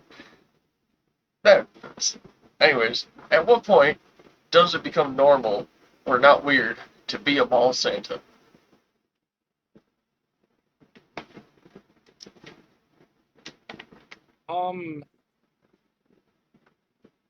I think once you're able to grow a natural white beard, like if you're putting on the fake beard, I think you're too young. So, if you have some sort of genetic condition where you just have white hair when you're like 20, you can be a mall Santa? Losing your audio again. If you got like a genetic condition where you only grow white hair and you're like, my age, but you got a white beard, can I be a mall Santa then? 65. That's fair. I think 65, give or take a couple years, is fair. Like, you know how the Catholics used to castrate the orchestra boys? Yeah, the castratos. Yeah, I think we should castrate mall Santas, just to be safe. Sure. Anyways, I can get down with that. yeah. Maybe. It's like, you see, Hangman Adam Page came back and said had a vasectomy like it was a bad fact? I did not. Yeah, so he was out for like a couple weeks. I hadn't seen him on AEW at all. And he comes back and at the bottom, see Adam Page recently had a vasectomy. Why do we need to know that? AEW is like, it's the weirdest place on earth for wrestling, but it's like The best. you know what you're getting when you go into it, and it's awesome. Yeah. And Shout out AEW. The story I had written down, I think a lot of Specifically, shout out Tommaso Ciampa, dude. I still can't believe we met Tommaso Ciampa. Oh yeah. I'm gonna be telling my grandkids about how I met Tommaso Ciampa. Hold on. If I sit up here, yeah, I got audio now. Okay. So listen here, boys and girls. we're gonna tell you a little bit of a story, okay? So we're gonna tell the story about the time that I prevented a fire in my high school theater. This really happened. It is not nearly as cool as it sounds.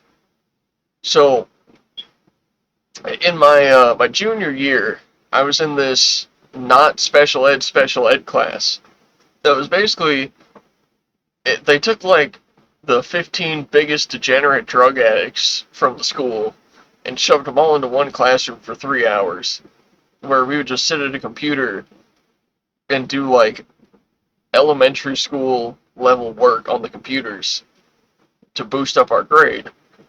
Because as you know, every school needs to have like some percentage overwhelmingly passing like a certain grade to get like a certain amount of funding. So it's in the school's best interest to give kids good grades even if they don't do anything. And that was basically what this class was for. It was like us 12 people brought down the grade average of the school so much because we all refused to do a single piece of homework that they gave us our own special class where there wasn't homework, and like 15 minutes on the computer was equal to a quarter of a semester of grades. Like it was a total cheat, right? And because of that, because I just did all of my normal classes in those first 3 periods, really within the first period of those 3 periods, and then I just have 2 of them to fuck around with everyone else in the classroom. Like, that's like what we all would do, because the work was so easy. We would just blaze through it in like 30 minutes, and then have a little over 2 hours to just hang out and do whatever we wanted in there. And because of that, I didn't have any normal classes, so I'd go from like that to gym to lunch to study hall, and then I had this. I don't even remember what the name of the class was, but it was supposed to be. It was supposed to like teach us job skills and like things that you would be doing at a job, but the teacher didn't care. Man, what was her name? Miss Rooney. Miss Rooney, dude. Shout out Miss Rooney. She just did not care at all. She was so happy to get a paycheck just for sitting in that classroom that there was no work. She didn't ever try to teach us anything. Like sometimes like we could like ask her like adult questions, and she'd give us like a real world response, like if we asked about like taxes or something, she'd tell us, but there was no class, it was just another like 15 people just hanging out in there doing whatever we wanted. And like half of them were from that degenerate class that I had earlier in the day anyways, so it was like a late day reunion with all of us. And that was it was a 2 period class, but the point of it was if you had a job, instead of staying for both periods, you would take off ninth period and you would leave school and go to your job. But none of us had jobs. So that second period, we would all still just hang out in the classroom. And eventually, like one by one, like people started either getting transferred to different classes in that period, or they got jobs and actually used that period to like go to work. Except for me and Gage. We both had that class, and neither of us had jobs because neither of us had cars. And, there's no way for us to get to and from a job because it's not like we lived in Woodstock and could just, ride our bike everywhere. Like, no, we live in Wonder Lake, which is a fucking hour-long bike ride away. And eventually she's like, well, guys, word from the principal is I can't keep you 2 in here in ninth period, so you guys gotta find something to do. And we're like, okay, yeah, we'll find something. And our something was just walking around the school for an hour. Like, we would just find different places to hide around the school and just dick around, like, in the stairwells or, in, like, empty classrooms or whatnot for an hour. And eventually we got caught doing that, and I don't think we even got in trouble, really, but somehow, like, word had gotten passed to the janitors that we'd be helping them out.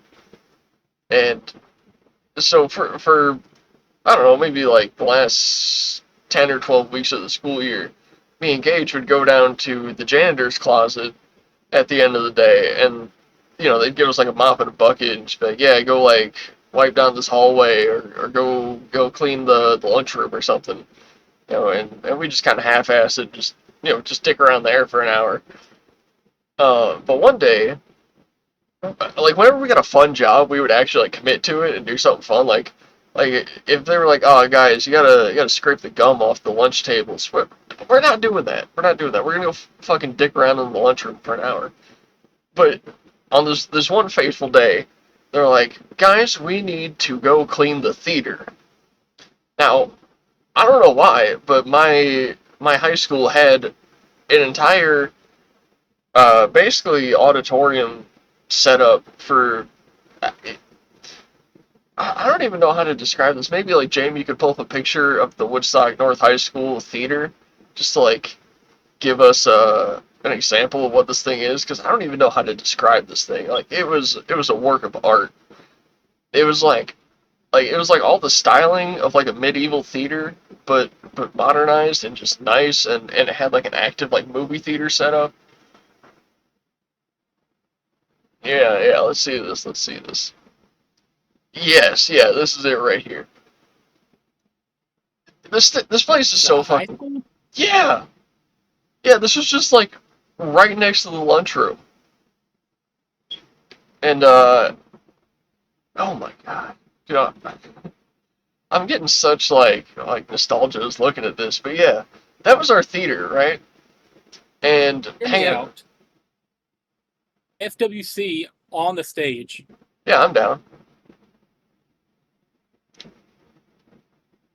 Uh, yeah, yeah. That's one of the setups there. But oh goodness, dude. Yeah. So, anyways, so there was like a bunch of lighting rigs that hung up like in the ceiling, right? And we had to clean all those out.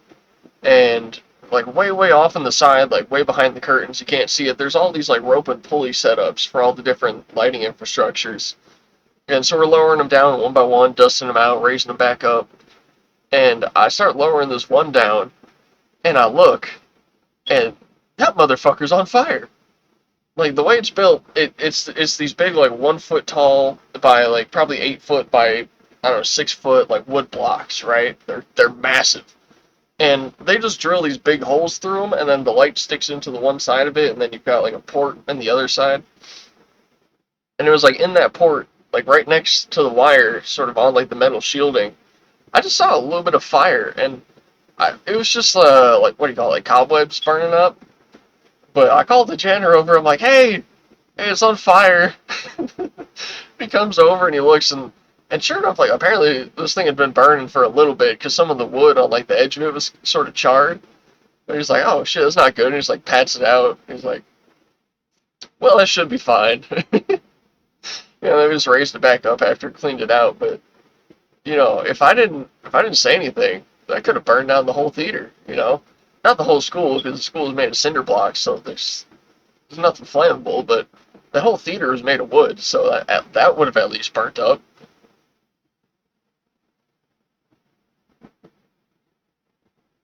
Yeah, but Shout out fire.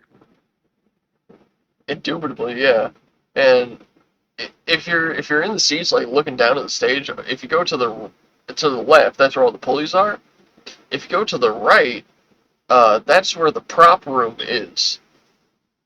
This prop room is no smaller than a quarter of a Walmart, and it is just full of props, like literally stacked from wall to wall.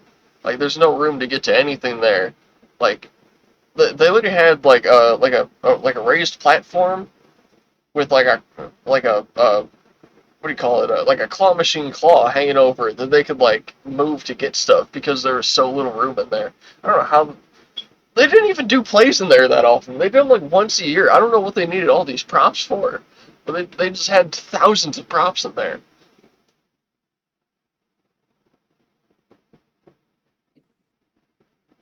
I don't think anything like that ever happened at the high school I went to. It was a lot more tame, I mean, a lot more boring. this is pretty tame.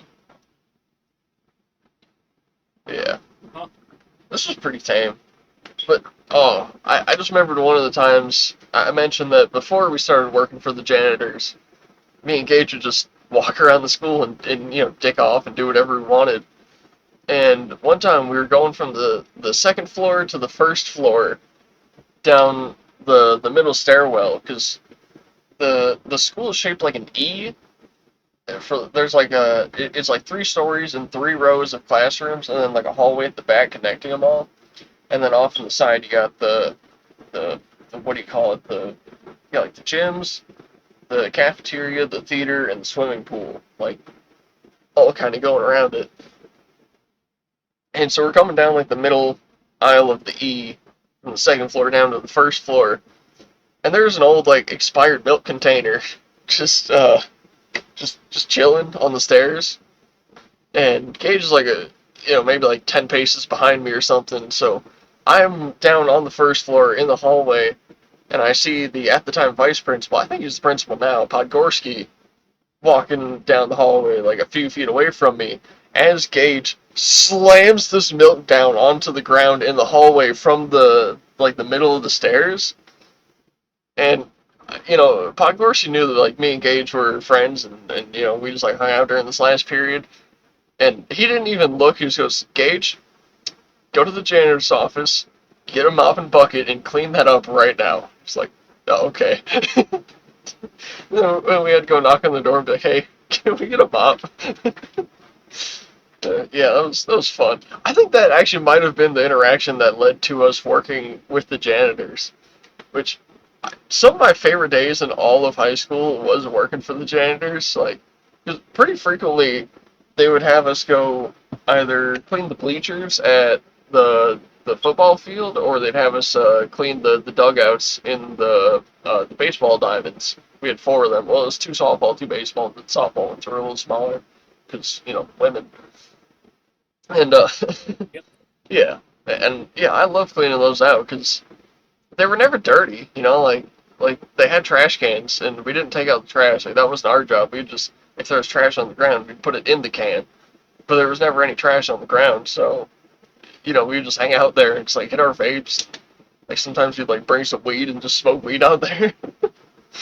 It was so much fun. And then we know it was time to wrap it up when either the janitor drove his little golf cart out and came to get us, or we saw the buses pulling up, and then we'd go hop on our bus and go home.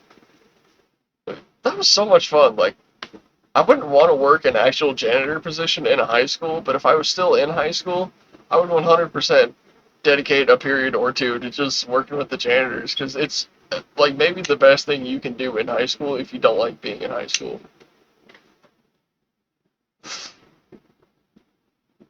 You seem like you had a better high school experience than me. Like I went, I did like the work that was given to me, and then I went home because I didn't have much to do. Yeah, see, I just wasn't cool with that. I was like, you want me to show up here for 13 years straight and just do homework and do classwork and do all this stuff? I don't want to do that. It's boring. So I just wouldn't do it. I just do whatever I wanted to do. And all of a sudden, this wasn't school anymore. This was hang out with the homies every day. It didn't matter what classroom I was in. It didn't matter what I was doing. I'd find some way to get out of there and hang out with the homies in some capacity. And I mean, it probably also helped that we were all like degenerate drug addicts and serial nicotine vapors. That helped us bond so much. But yeah, like there wasn't a single point in the day where you wouldn't be on Snapchat texting your homie like, "Yo, go to fucking bathroom 2B. We're gonna all vape in there in the middle of 4th period, like whatever time that'd be, And then, sure enough, 4th period rolls around, and we're all in the group chat, and we're like, "All right, guys, we all need to ask to go to the bathroom right now." And then, nothing conspicuous about one guy in a classroom saying, "Hey, can I go to the bathroom real quick?" It's not like the teachers know that all my friends in 4 other classrooms also just did that. So then we all go meet up in the bathroom and hang out for 10 minutes. We pass our vapes around, pass our cards around. Sometimes some of us would sneak in a little bit of liquor and we'd all get drunk. We just go get fucked up in the bathroom. In And school?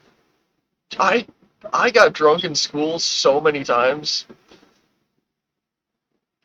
Yeah, like, we'd all we'd just link up in the bathroom, get fucked up, and go on with our days.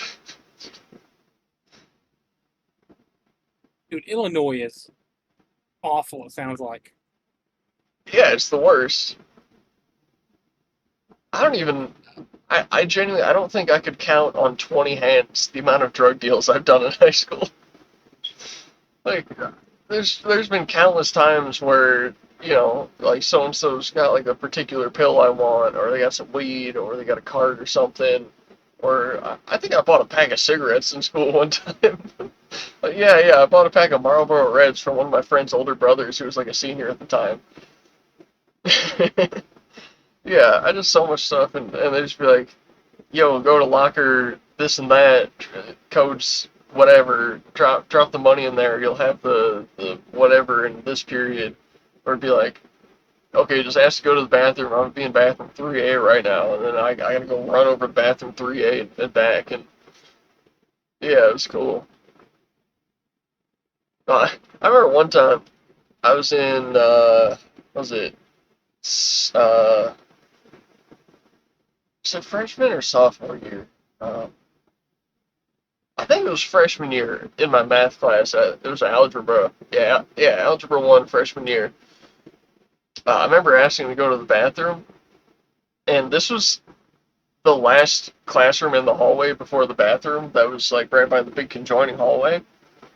But there was also like like so say you got like the classrooms here and the hallway here.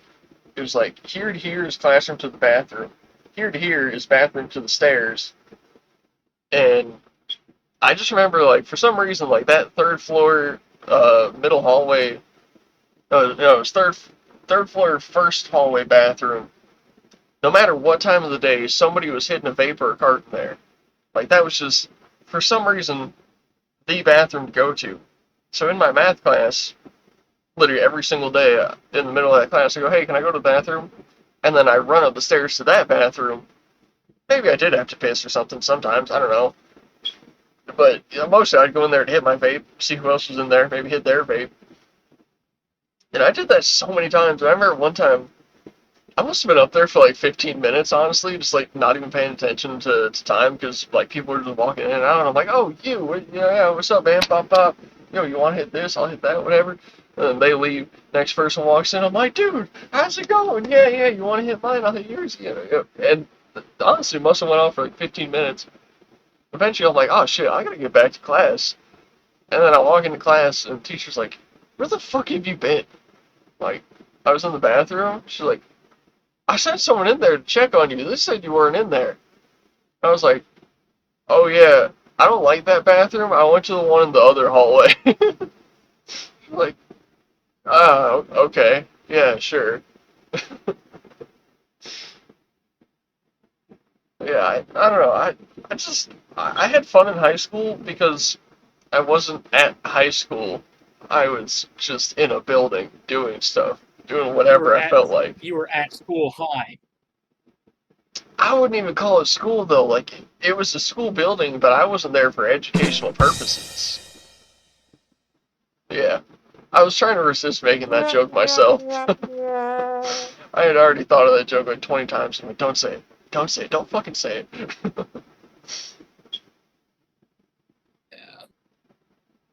Did you ever get up to any sort of degenerate activity in high school? Was there ever a time where you like really broke the rules? Oh man, I don't really think so. Yeah, you don't seem like a rule breaker, I don't but remember.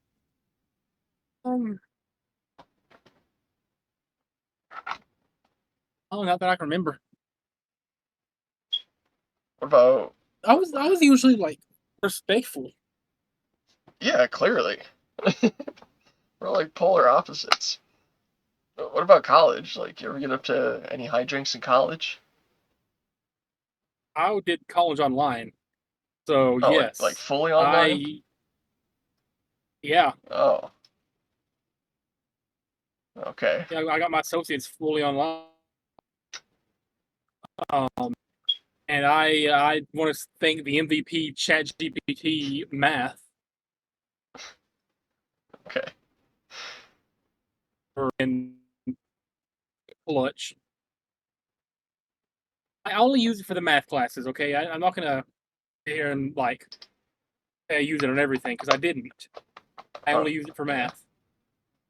So other than spinning Beanie's block and beating him up, just straight jumping him, like you've never done anything degenerate? we I stole some Pokemon cards from the Dollar General when I was 8. Okay, but like being 8, like I feel like that doesn't count. Like, did you know you were stealing them, or did you just like grab them and you're just like, yeah, I want these? Yes. I did it intentionally. Oh. I Well, was 8. okay. I was of sound mind.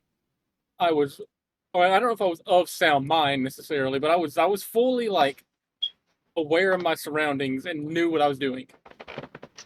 I guess that changes that a little bit. Did you get caught, or did you just grab those cards? No, I was wearing like a jacket with like an inside pocket. And Okay. I mean, like the toy aisle at the Dollar General. For some reason, Pokemon cards were instead of behind the counter like they are now. Mm-hmm. I'm like, there's like a couple of loose packs laying out. I'm like, I shoot my head down at the end of the aisle a couple times. I'm like, even at 8 years, I'm like, these workers don't care. I'm like, lift the jacket up, whoop, pull the jacket back down, Nice. and I walk out the door. And because it's Dollar General, there's no sensors. Right. So I swap out of there. Yeah. A little 5-finger discount, 5-finger discount on the Pokemon cards. Nice. Yeah. Gage had a jacket with like, I think it had like 4 inside pockets. Like it was how would I even describe it? It was like a sleeveless leather vest, but it had like hoodie sleeves and a hood. It was a bizarre jacket. Like it didn't make sense looking at it, but just imagine a leather biker vest that's also a Carhartt hoodie, because that's basically what it was. And then you open it up and it had like a big pocket near the shoulder and a big pocket right at the side. And whenever we would go liberating in the local supermarkets with hard liquor, that jacket was a life send, because I mean I could stick like 2 or 3 bottles in my waistband and walk out with them. And then Gage could stick 3 or 4 bottles in his waistband and 4 more bottles in his jacket, and we could go to a party with, like 10, 12, 13 bottles sometimes. And So the whole Paul and Christian stealing bottle thing is inspired by you. yeah, yeah. And I only ever got caught liberating one time, and it was with Gage, and he was wearing that jacket. And his dumbass was the one that got us caught, because, like, I had already had my bottle in my pants, and, like, you could not tell I had it. And Gage had filled up his 4 pockets, and at the time, there's nobody in the liquor section. But he's like, dude, we gotta get more. I'm like, we have plenty for one day alone in the crack shack. Like, it's only gonna be you, me, and, like, 2 other people in there. We got enough liquor for a night in the crack shack. And I was like, nah, dude, we gotta get more. And I'm like, we really don't. And he's like, whatever, I'm taking another bottle. And he grabs this bottle of, I think it was like mint Smirnoff or something. Like, it was disgusting. And I was like, no, I don't want that. Nobody's gonna want that. You're gonna be the only person drinking that. It's like, yeah, whatever, it's fine. And he like stuffs in his waistband. And I kind of noticed there's this woman on the other side of the liquor section, sort of eyeing us a little bit. I'm like, yeah, we'll be fine. So we just start walking towards the exit, and then she corners us. She's like, guys, I know what you're doing. We're like, no, you don't. She's like, just give them up. We're like, give what up? We're like trying to con her a little bit. She's like, guys, I'm not letting this go. We're like, oh, okay. So I pull out my one bottle. Gage pulls out the one from his waistband, and she grabs him. She's like, yeah, get out of here. Some fucking dumb Karen trying to play Superman or something. Anyways, so we leave the store defeated, or so I thought, because I didn't actually notice that he had pocketed 4 bottles already and had his whole jacket full. So, I'm like, oh shit, well, we don't got any liquor. Well, alright, we're going to the crack shack. We'll pass this store on the way there. We can just hit that one. And he's like, you know how you said, we had enough because I might have mentioned already taking like one bottle. I'm like, yeah. He's like, he opens his jacket and he's got 4 bottles. I'm like, oh my god, dude, you savior, thank you. And we still hit the other store anyways and got like 5 more bottles. Just had to double up on our winnings, and yeah, that was fun. I can tell you right now, if you're at a grocery store, they don't get paid enough to care about theft prevention. Exactly. Well, and especially at this point, because Like, this was I don't like get paid pre enough to care. 2020, and well, okay, here's the thing: Yeah. you don't. Loss prevention does, and like pre 2020. Honestly, I don't think any Walmart or just store in general would stop you for theft. Like, yeah, because that's when I was in my prime stealing. It was 2019, 2020, a little bit of 2021. Nobody cared. Nobody was going to stop you. But then all of a sudden, they realized, probably around like late 2021, oh, if you just wait till these people rack up $950 worth of theft and then hit them with a felony, they go to prison. And like all the stores just magically figured this out at the same time. And all of the thieves I knew started getting caught real quick. And I went, all right, boys, time to wrap it up. And I never stole again. Yeah, I see that Target especially enforces that. Like, you can steal from Target as long as you don't rack up a bill of not $100, but $950, whatever. Yeah. And once you hit that $951, whatever, like, hey, get ready to learn jail, buddy. Unless you're in California, they'll see you steal and give you money. Yeah, that's why California is the worst state in the entire country. Yeah. Anti-shout out California. And touch out everything to do with California. I don't care that their GDP is bigger than Germany. I'm sure the GDP of like 80% of our states is bigger than Germany. Yeah, it probably is. Well, I don't know. I might have to look into that because I'm thinking like Texas, more than likely, Florida, more than likely, California, more than likely, Illinois, definitely, New York, definitely. But then, Tennessee probably does. yeah, Tennessee probably does, but like, does Iowa, does Nebraska, does North and South Dakota? I'm sure the corn industry in Iowa alone brings it up. Yeah, it might. Is corn worth that much? You have it in as big of quantities as you do in Iowa. Yeah. Yeah, that's interesting. I don't know. Alright, let me look up Germany's GDP really quick, and then I'll just look up a list of U.S. state GDPs by order or whatever. Yeah, sure. So, Germany's GDP in U.S. dollars is about 5.45 trillion. Okay, there's no way California's GDP is in the trillions. Hold on. GDP list. Is that what I'm looking for? Okay, U.S. states and territories by GDP. What the fuck? What am I looking at right now? Oh, wait. I got the map pulled up myself. I'm Okay, looking at a let's see Wikipedia here. article. I don't know. Hold on. Yeah, there's a map of it that's color coded.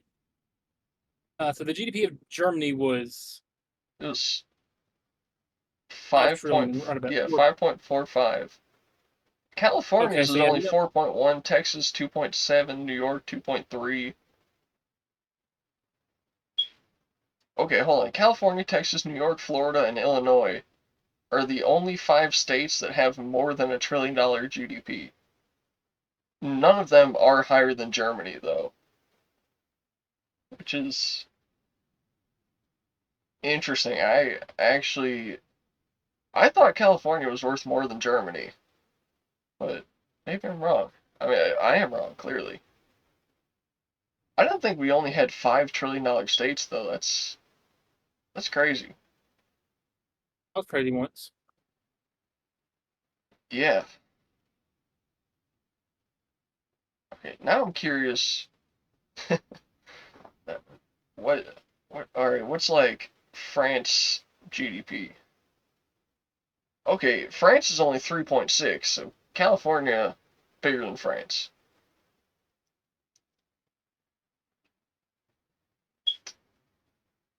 Ooh, England's is only 2.1. So does that mean I think Texas and California are bigger than the UK? Makes sense.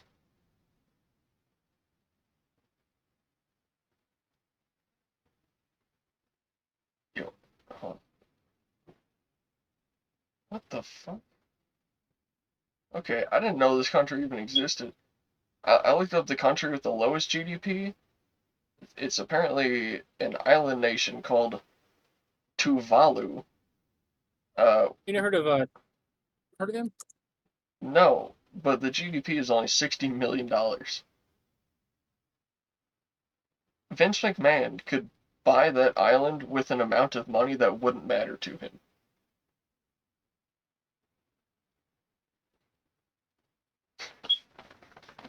Yeah. Yeah, USA could buy that country, and our national debt would not go up. exactly. We should. We should. what, what if we just started buying up like every country that's worth an insignificant amount to us just to have them? FWC blackout, Tuvalu. Yeah.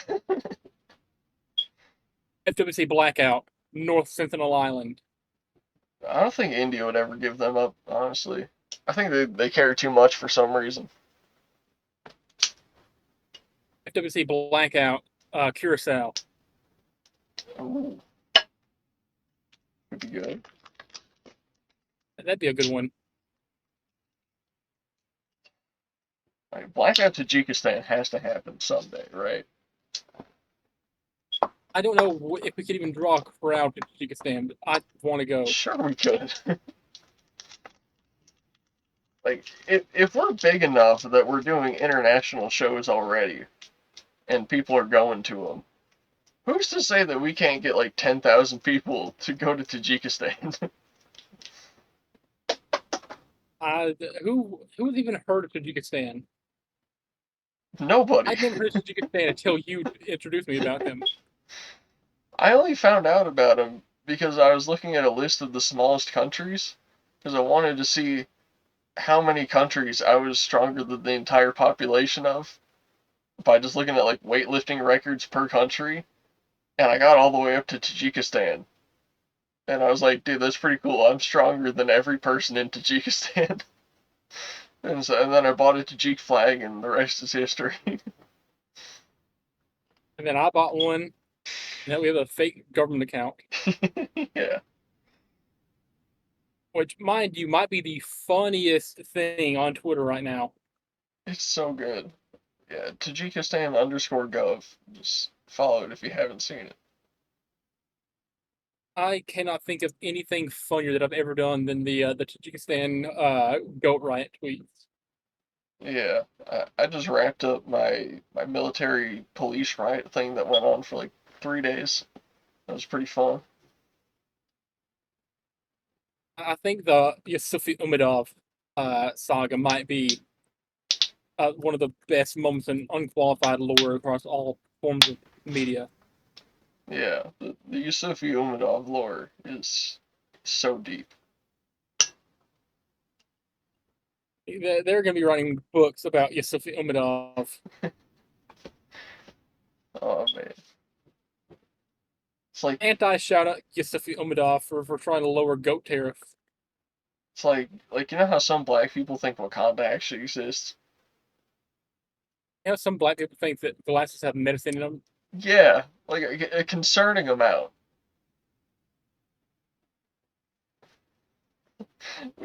I black culture, dude.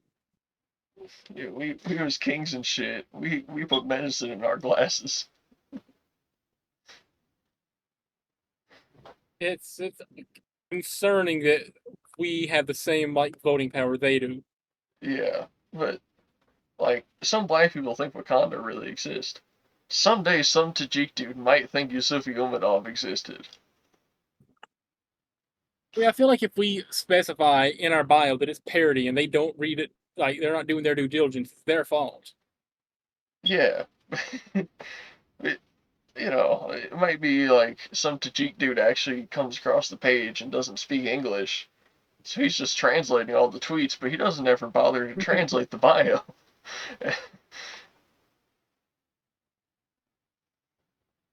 I I hope that's what happens. Like occasionally, like once a week or so, I'll search Tajikistan on Same. Twitter, sort by most recent. I'll just start like liking or replying to anything like within the past hour that mentions Tajikistan. Yeah, I'll do that too sometimes. I'll just get on there, someone's talking bad about Tajikistan, I'm like, you suck my Tajik hog, bitch.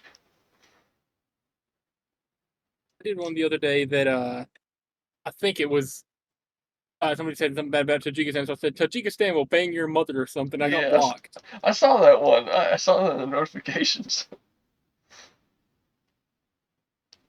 I love that account so much. Yeah, Like the people think we're real. It's funny. Like, we got blocked by the Mormon Church of England or something yeah.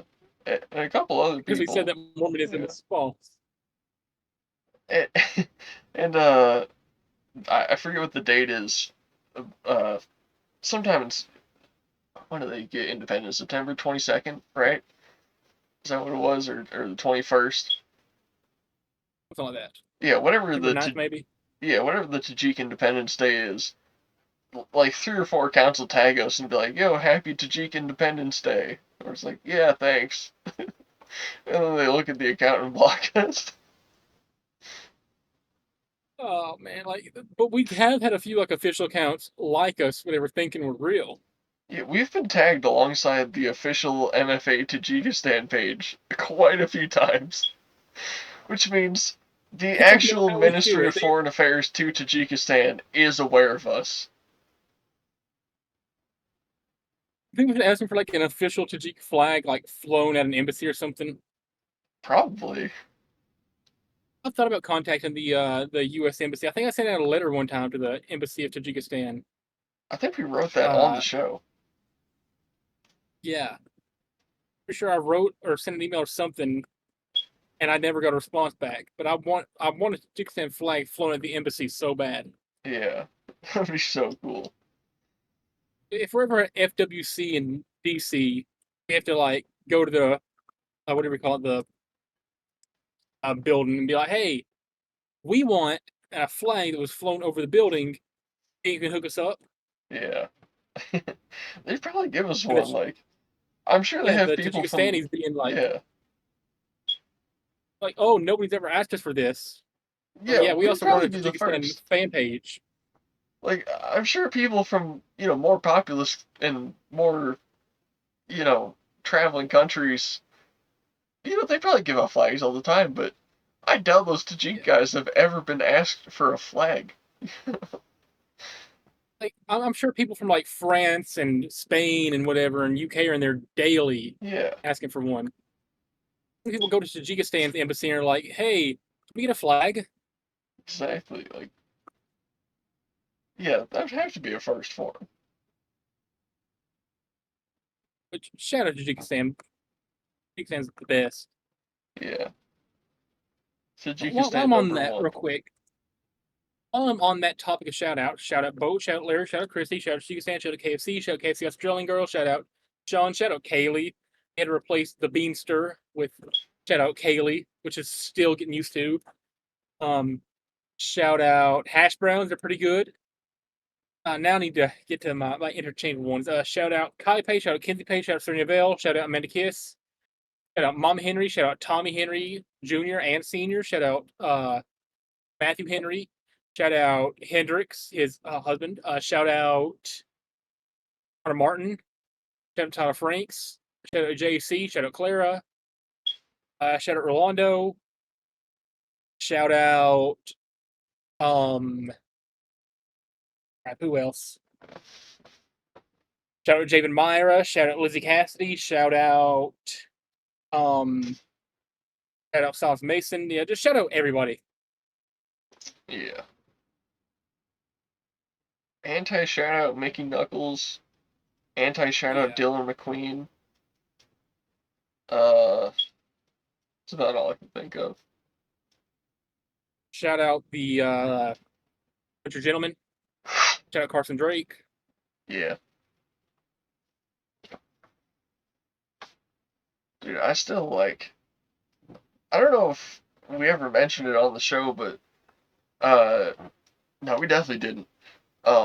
But I think I sent it to you on like Instagram or something that I just in my my feed or whatever I got like a I don't even know what you call it. It's like a collection picture of supposed LGBT wrestlers.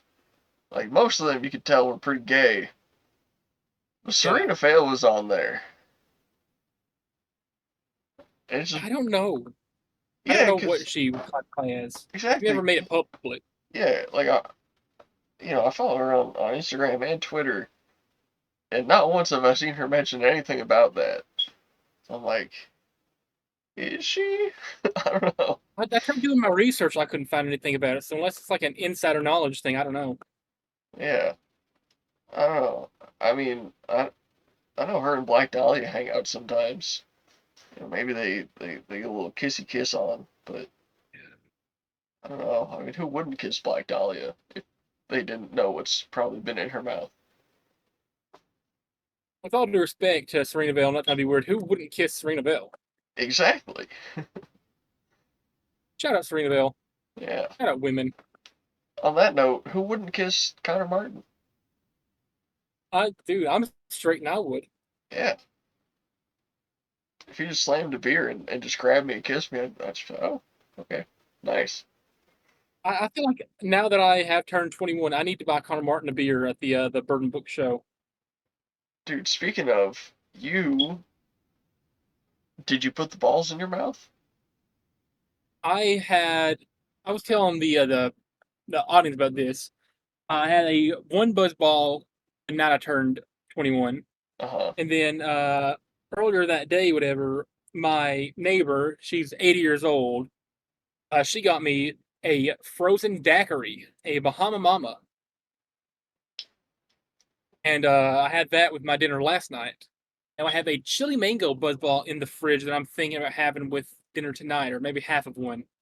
Because I don't want to go too hard when I have work tomorrow afternoon. So, you drank the whole one the first time? I stretched it out over the course of a night, but yeah.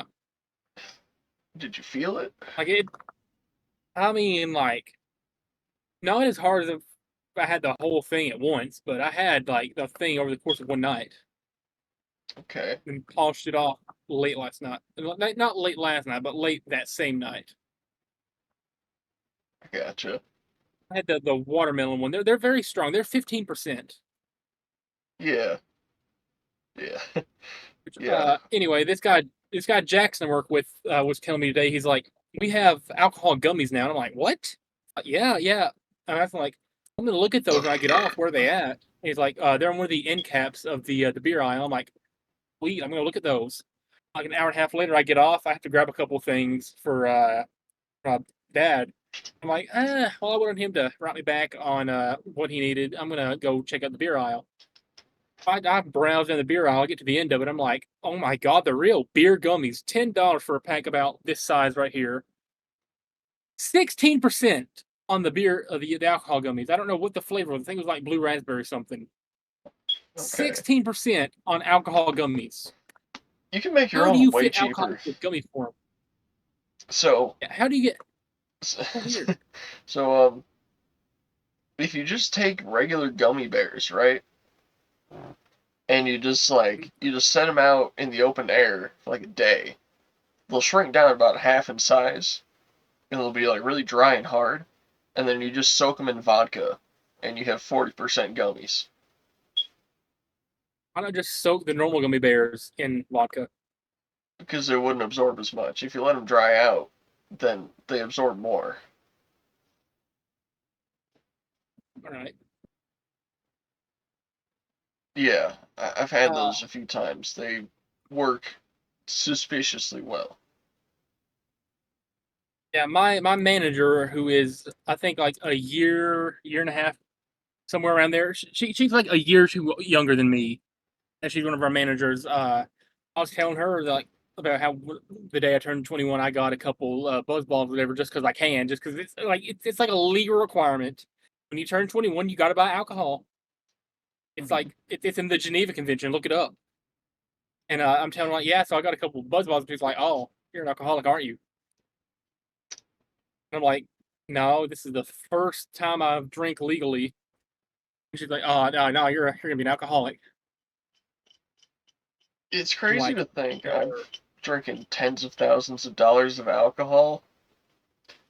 Never once as a legal adult I've ever purchased alcohol or drank legally in my entire life. Yeah, dude. Shout out turning 21. Yeah, I am. Is 21? I was having this debate with myself, whatever, while you were going. Like, I'm thinking, like, I don't know what a more important birthday is, turning 18 or turning 21, but they're both like probably tied for most important. Uh, definitely What do you 21. think? Yeah, but like 18, you like legal adults, like you can vote, you can You can get a pretend to tattoo, vote. you can, you know what I mean? Yeah, but 21, there's it's no frills, no thrills, no like, oh, I'm locked out of these like couple things here. No, 21, the world is open to you. You can just do whatever you want at that point.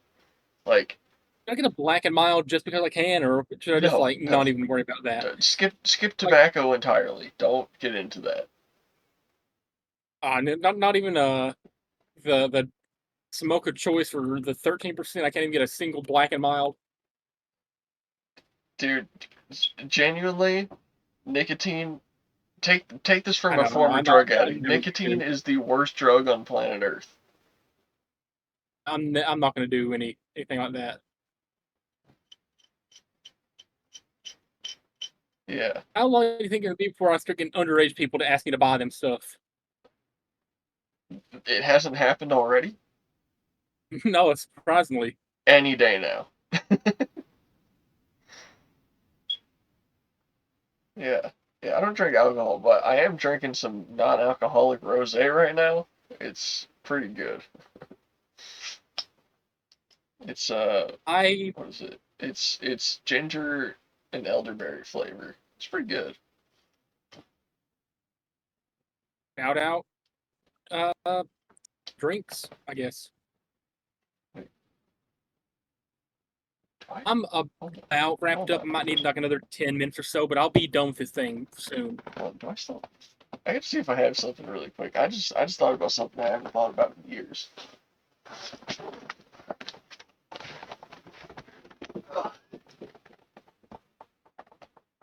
Dang it. And what do you think about Tommy Boy? Okay, never mind. I don't. Okay, I used to have. I still have it. It's this old like dresser thing, and it was up on the shelf up there, like sort of behind some boxes. And I just remembered that there's a full bottle of Captain Morgan in there from when I was like 19. But that's up in one of my sheds now, so I'd have to go up there and get Okay. it. I was thinking if I got it, would it be funny if I got drunk on stream? But I don't have the ability to do that right now. For the first time in years. I don't even know how long it's been. It's been probably it's been at least 5 years for sure. Like maybe closing in I think on we'd have to get 6. you I feel like we have to get you playing chess drunk. Have you ever seen Magnus Carlsen playing chess while drunk and still like absolutely obliterating his opponent?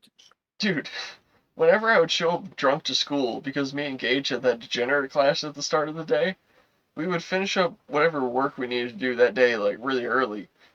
and I'd already be drunk, but I'd like bring some alcohol with me so I could keep drinking in school. And sometimes he would too. He would just bring a water bottle with vodka in it, and we would play drunk chess and drunk Connect Four in class. Oh wow. Yeah. The teachers didn't even care. No. Well, because you see a kid sipping out of a water bottle. What do you think he's drinking? Tequila. That's fair. You know, we were just getting drunk. I remember one time, Gage brought a water bottle full of vodka to school, but he had already chugged a significant. We might have inebriated this bottle like a couple days before, by the way. Yeah. Uh, he had substantially pre-gamed going to school and was already drunk on the ride there, and then brought a water bottle completely full of vodka to school and was drinking it all day. And we had, I, I think it was like sixth period. We had the same class together, and it was some sort of like a home ec class. I think. I don't remember. Uh, I just remember that we had Miss Pete, and she was a total bitch. I don't know why she didn't like me, because like I was always good in her classes. Like there's a lot of teachers that I was a total like degenerate hooligan in their classes. I was always nice in Miss Pete's classes, and she just didn't like me for some reason. I really Anyways, heard stories about you or something. more than likely, I think that's why most of my I'll get into that conspiracy later. It just reminded me of that if I don't. What the fuck was I even talking about? Yeah, Gage was like really drunk, and we were in Miss Pete's like I'm pretty sure it was sixth period class, and he's sitting right next to me, and I see him like wobbling back and forth. He's just doing this uh, uh, thing, just like just bouncing back and forth. I'm like, Gage, are you okay? He's like, I'm so drunk, dude. I think I'm gonna throw up. I'm like, yeah, you need some water, bro. And he pulls out the water bottle with the vodka in it. And he goes, water. And I go, no, you need actual water. And he goes, water. And starts drinking the vodka and throws up all over the table and on the floor and on the seat and on all over him. And he was so drunk he tried to like catch it with his hands, so his hands are covered in vomit. Oh. Oh. God. And Miss Pete just looks and she goes, "Okay, everybody, let's stand up and calmly leave the classroom. Gage, stay here. A janitor's on the way." And this was like right after. I think we had like fourth period lunch, so it had been like an hour in between lunch and then, and he had eaten a salad, and you could tell he ate a salad because an entire salad came up with the vodka. Oh. And at this point, we were already working for the janitors, and we were like pretty cool with them, and we could like tell them we were doing stuff, and they didn't snitch on us. And so, Gage obviously is drunk, and I think he gets sent to the nurse for being, sick because he threw up in class. And I was working for the janitor later, and he's like, "Hey, what's up with Gage, man? Is he not doing good?" I'm like, "No, he's drunk. He brought a bunch of vodka, and he's been drinking it all day." He's like, "Oh, that guy, man." It sounds like such a Larry response to it. Yeah, this Like, guy was a lot like Larry. shout out Larry. Larry's the GOAT. Yeah. I haven't thought about that in so long, dude. It's so funny. If Larry has any haters, I will fight them. Yeah. Oh, Larry will probably fight him too. Yeah, I feel like if we weren't like, well, if you weren't as foul mouthed and colorful as you are on the show, we can invite Larry on here. But I feel like he wouldn't really. I can chill Like out he for wouldn't really Larry. enjoy. I love Larry. I mean, he'd start going through all the episodes though. The problem, he'd be like, "Oh, Yeah. I wonder what's going on in this episode." He'd hear you saying whatever it is you say. The N word. Yeah, the way you pronounce Snickers, Yeah. which is Snickers. iconic. I think it's that. That's how I've always said.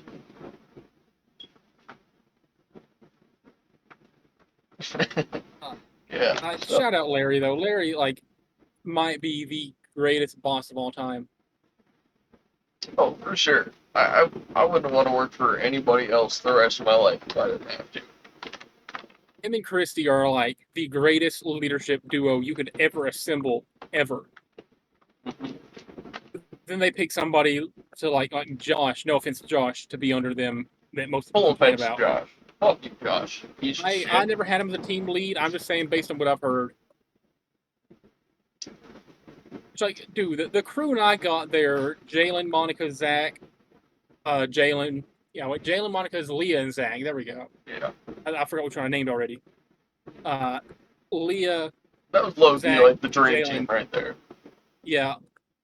It's like as much as like you hate on Zach, like he's actually not that bad. Like he's I don't hate on him that much. underneath it Like all. he is pretty cool, but he just has his like gay minstrel moments. Like if you catch him in a bad mood, he's like unbearable. Like 80% of the time, where he's like cool, like he's very dry, but like you can tell like he Yeah. means well underneath it. Like shout out Zach. I never thought I'd say it, but shout out Zach. Calling him dry sounds kind of gay. I feel like very not. He's not very He's not humorous. emotional. Yeah. No, he's definitely like Mitch emotional. Hedberg. You ever heard him talk about his boyfriend? He's emotional. I've heard that but, man like, he's cry like- talking about his boyfriend. I've not heard him cry. Yeah, I think he really likes I that feel dude. like Monica was always pretty cool too. Like you gotta like warm or she's gotta get warmed up to you, but like once like Right. she's like friends with you, whatever, like she's awesome. Yeah. And it takes her a while to warm up to people, but you can tell as soon as she does. She's cool. Yeah, like she's actually pretty funny. Yeah, Leah. Jalen and Leah's Leah just though one of the boys, were and Jalen. Like, they're both just part of like the boys. like I don't think I've ever seen Jalen not smiling. Right. I don't think. I cannot tell you. I've don't think never seen him that any man less than frown gleeful. at all. Yeah. That man's Like, worst it could be day like- is like that. Jalen's worst day imaginable is like the average person's best day ever. And that's like the day that most people consider like a 10 out of 10 would be like a 5 out of 10 for Jalen because he's always happy. Yeah. That man just Shout loves out breathing Jalen, air. truly, he loves like- being alive. He wakes up every morning. He's like, how can I like make today the best day ever? And he'll just make it twice you can imagine. How can I make my even cooler day into the coolest day ever? Should we get Jalen to play Ty? I don't think I don't think he'd fit the bit. Yeah, but like he'd fit like the like how do you put it? Like the just gleefulness that Ty always has. Yeah. He could be Sean. I think Jalen knows Sean well enough to play Sean on the TV show. Yeah. I thought we could just get Sean to play Sean, but I don't know if the age thing would work there with We can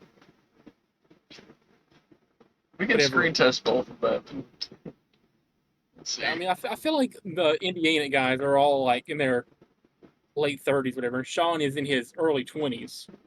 Yeah. Which, granted, he could probably pass as somebody in his 30s, but Jalen's actually in his 30s, so yeah. Jalen's awesome. I feel like we could get Jalen to memorize the whole go-kart bit. It would be elite. I feel like he can do it. I feel like he would do it just because like it's fun. Yeah. I feel like if we tell him that one of the main film locations is across from the speedrome where there will be fast cars nightly, he'd be in. We could just have He does the Jalen car be meets a all the stunt time. driver in any scene in the speedrome. What if we just have a character that is Jalen? Like we just get Jalen to play himself for an episode. Yeah, we do that. It's like he'll be like Kitley Avenues or whatever, Kitley Roads, like biggest icon as far as like driving goes. Like he comes to the Kitley like speedrome once a year for like some special event, and like he'll go to the Kitley Inn to like do an autograph sign or something, and then like we'll get yet another signature added to the bartender. Then Ty gets jealous. He's no longer the biggest local celebrity. What if He Jalen? challenges. Ooh, oh my god! So then he challenges Jalen to like a race at the speedrome, and that's gonna be the not so Grand Prix. What if Jalen owns the speedrome, and that's why he's famous? Yeah, there's no way we can actually get on the Indianapolis Motor Speedway, but we can get the speedrome, Exactly. and that can be the not so Grand Prix. Yeah. Are we geniuses? We are. And We're doing, sorry like, for live- spoiling season live 2, show episode 9 for you guys. But like, what if they like the wager is like, if Ty wins, he gets the speedrome. If Jalen wins, the guys can no longer go to the Kitley Inn. So Ty ends up as the owner of the speedrome. And he immediately flips it, sells it back to Jalen for booth money. That would be so good.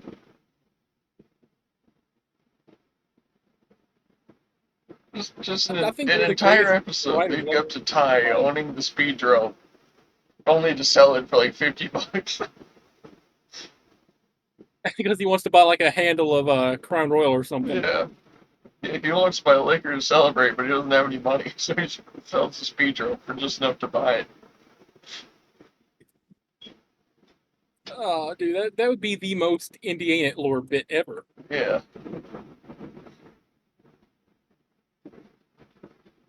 I love how like every time we think of something on the show, like we just keep going instead of like noting it off camera. We just spoil it on show. Yeah, but Nobody it's watches like, this anyway. But yeah. You never know. Because think about about it, like, done with season 1 could be Okay. coming out, people know about us, and they want to watch this retroactively to see what we've said about it on here. Because they're, like, super fans of the show already.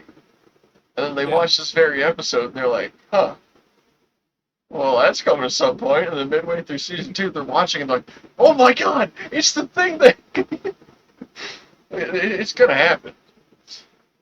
yeah, I feel like Jalen would genuinely play himself as long as like we keep it like lighthearted and happy, which Yeah. he's gonna have fun regardless.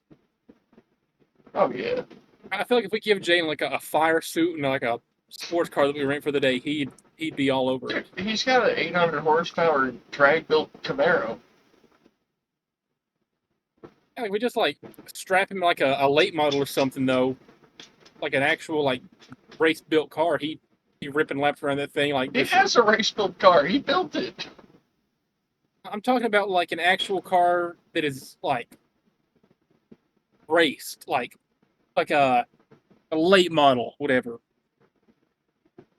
Like if somebody's like not their daily driver. It's not his daily driver. It's his track What's car. right? No, I thought it was his daily driver. no, he daily drives like a fucking Kia or something. Oh. And then he's Shout out, got Jalen. the We let him- Camaro that we he takes let- drag racing into like Newport Speedway. We let him take his Camaro onto Yeah. the speedrome. And we like negotiate like, into the Jalen- contract right now for the day that we can do unlimited laps. We Yeah, leave we Jalen just- out there just going around and around. You gotta tell him like, Jalen, listen, we need some B-roll footage for like the transition into this scene. Go rip as many laps as your heart desires until we flag you down to film. Yeah. Like we'll just be doing like sound checks and everything while he's ripping laps around this little quarter-mile speedrome or however long it is. Yeah.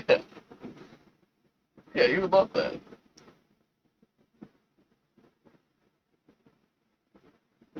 Shout out Jalen again, dude. I cannot express enough how happy of a person Jalen is.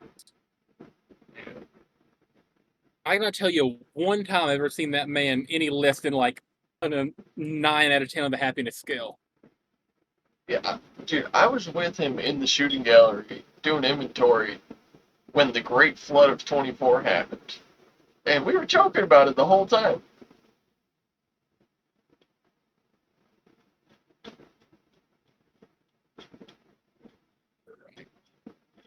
How Tommy Boy, close? are you ready? How much time do we have left to film? That's what I'm wondering, because I'm done with it now. Oh, we got 30 minutes. Yeah, I can rip through that in time. Okay. I was gonna ask how close we were. I am putting in the last touch as we speak.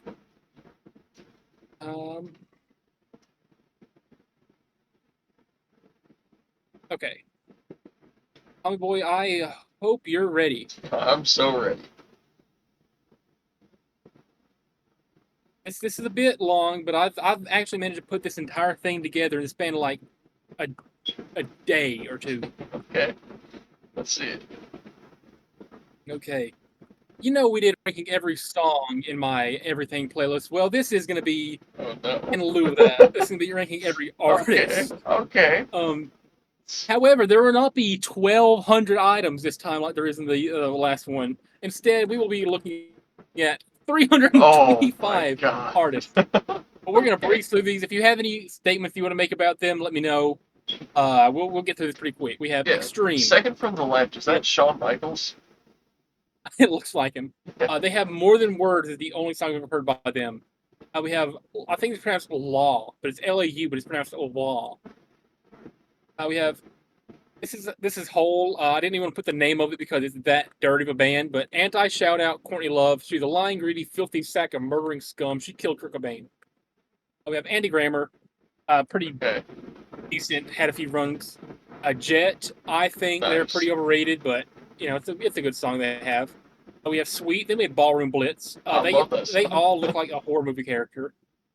We have Julian Lennon, son of John Lennon. Okay. Tiny Tim. You know Tiny Tim? Yeah, Tiptoe by the Window. I think this is Main Skin, is how you say it. They're Italian. The Flaming Lips. That's a real band name. That guy kind of looks like Beetlejuice if he were skinny. Hootie and the Blowfish. I don't know why I have like 12 pixels on this. Bare Naked Ladies. Okay. The best band name if it were literal. Blackfoot. Johnny Horton. Dude has like a couple good songs. Psycho is the only good song Post Malone's ever made. No. There's so many good songs. We have Joe Jackson. That smile right there says, "I'm gonna molest you and you cannot stop me." He looks like a gay serial killer. He is gay. Oh. We have 9 Inch Nails. I want to see me stick 9 Inch Nails through each one of my eyelids. Yeah. Of Alabama. Okay. That guy right there on the far right looked like he could be related to Mike. He looks photoshopped in. Yeah. Dan Tominski.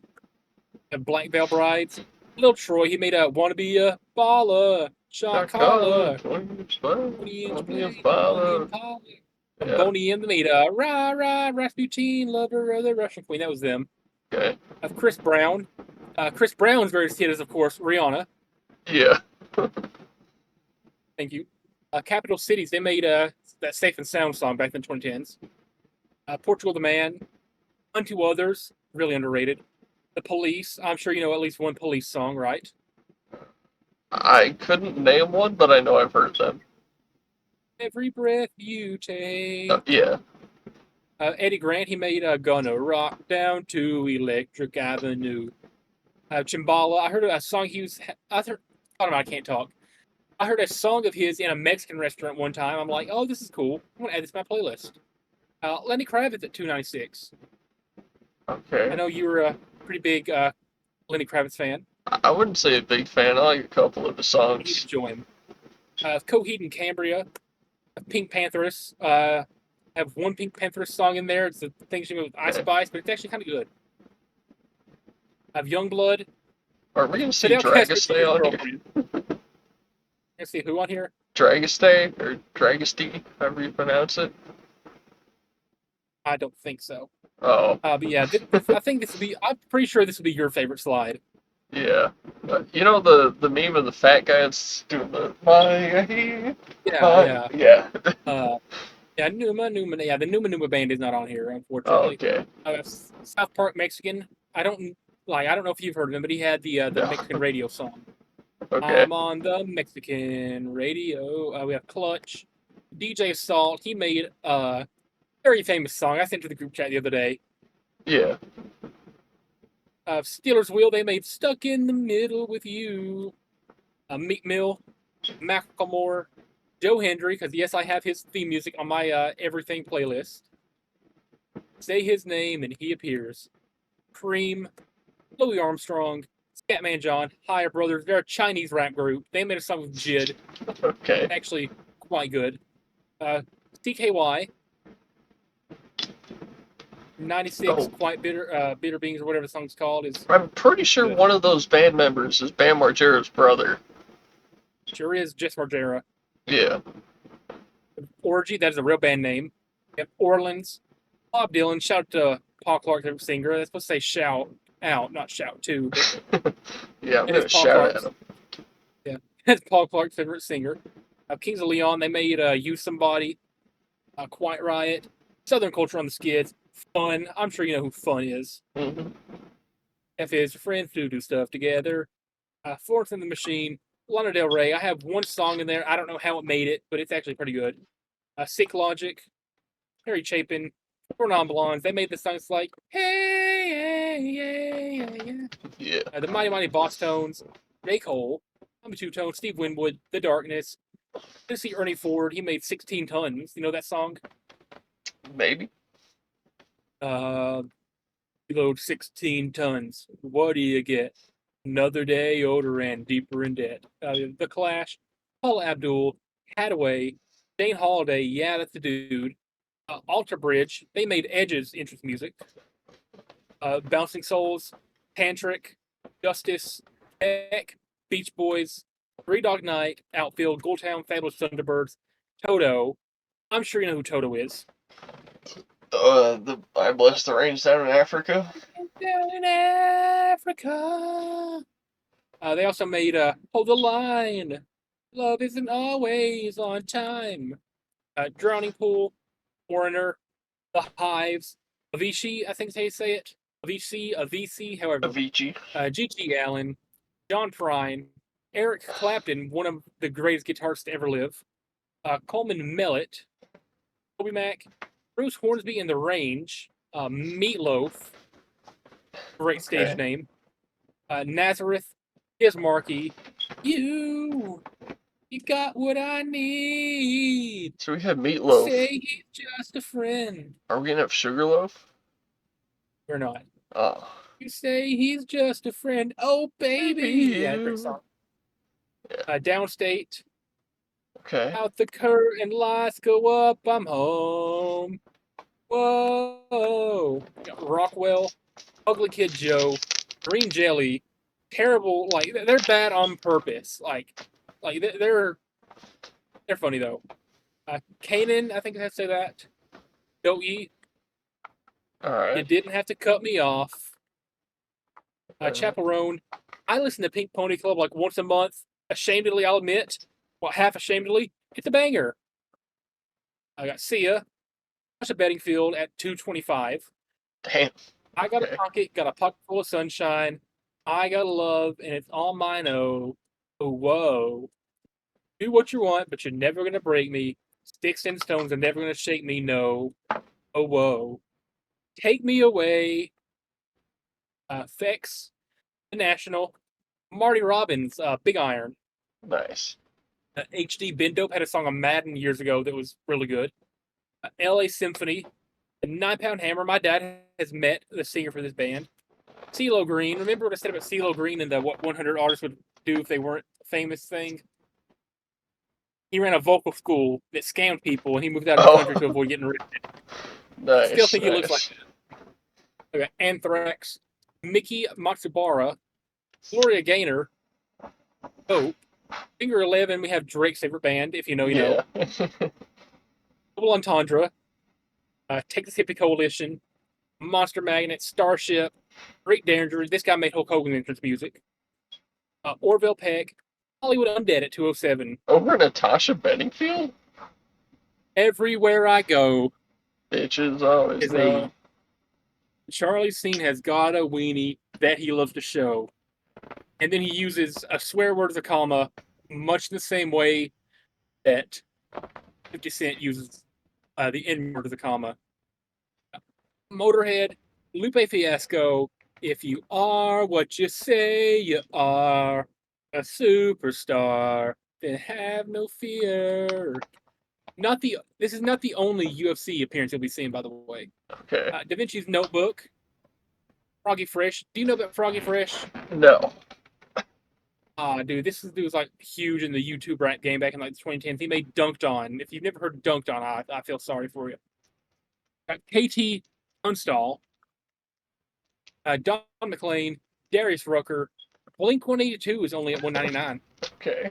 I thought about putting them at 182, but that was cheesy. And there's also better bands like Fire Fences, Janis Joplin, Rancid, Puddle of Mud, Neil Diamond. Which one are you saying? The Puddle of Mud? Yeah, I like that. Yeah. Neil Diamond, Sweet Caroline, Bum, bum, Bump, Bump, Bump. Good times never seem so good. So good, so good, so good. Mumford and Sons, Counting Crows, Stevie Nicks, just like the white winged dove sings a song, sounds like she's singing, ooh, baby, ooh. Yeah, Tone Loc, Elton John. I unironically like some of the Elton John songs. We got Pink Floyd, What the fuck did you Shaggy, know about cameras? Girl, you're my angel, you're my darling angel. That's that guy. George Harrison, Ace of Base. They made It's a Beautiful Life. Didn't Shaggy also make It Wasn't Me? He did. Yeah, Fits in the Tantrums. I know you like some of their stuff. I do. Gwen Stefani. I know for a fact you love some of her stuff. I was in the break room. Honestly, not that big of a fan. Well, I know you like some of her like earlier stuff. Like No Doubt. Yeah. I was in the break room at work the other day. I was having my little turkey slider that I have once a week when I want to treat myself to the $5 turkey sliders we have. And I'm like, I hear a song playing on the break room speaker, and I'm like, is that?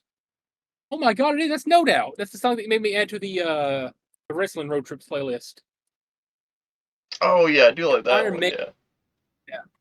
Katrina and the Waves. They made Walking on Sunshine. Whoa. Black Sabbath, surprisingly only at 180, but when I was making the ranking, I'm like, oh, okay. Enrique Iglesias. This guy made Gustavo's walkout music. Okay. Violent Mo. The rhythm take you over, Violent Mo. Aloe Black. Death, but this is like the first band that was called Death. They were a band from Detroit. Ringo Starr, Leslie Odom Jr., Lake of Soul. They made the Whoa, Heaven Let Your Light Shine Down. That song. Okay. Disturbed. A Bad Company. Jeezy. Shout out Young Jeezy. Yeah. Digital Underground. You ever heard the Humpty Dance? No, but I know Digital Underground. All right, stop what you're doing, because I'm about to ruin the image and the style that you're used to. I look funky or funny, yeah. That dude right there, Humpty Hump. Carly Rae Jepsen at 169. I don't know how she made it up that high, but whatever. REO Speedwagon, Everclear, Roger Allen Wade, Johnny Knoxville's cousin. You know the song that plays at the end of the first Jackass movie, that if you're going to be dumb, you got to be tough? That's him. We got Estelle. Okay. Number one, whatever Kanye says. Yeah, Estelle, we about to get down.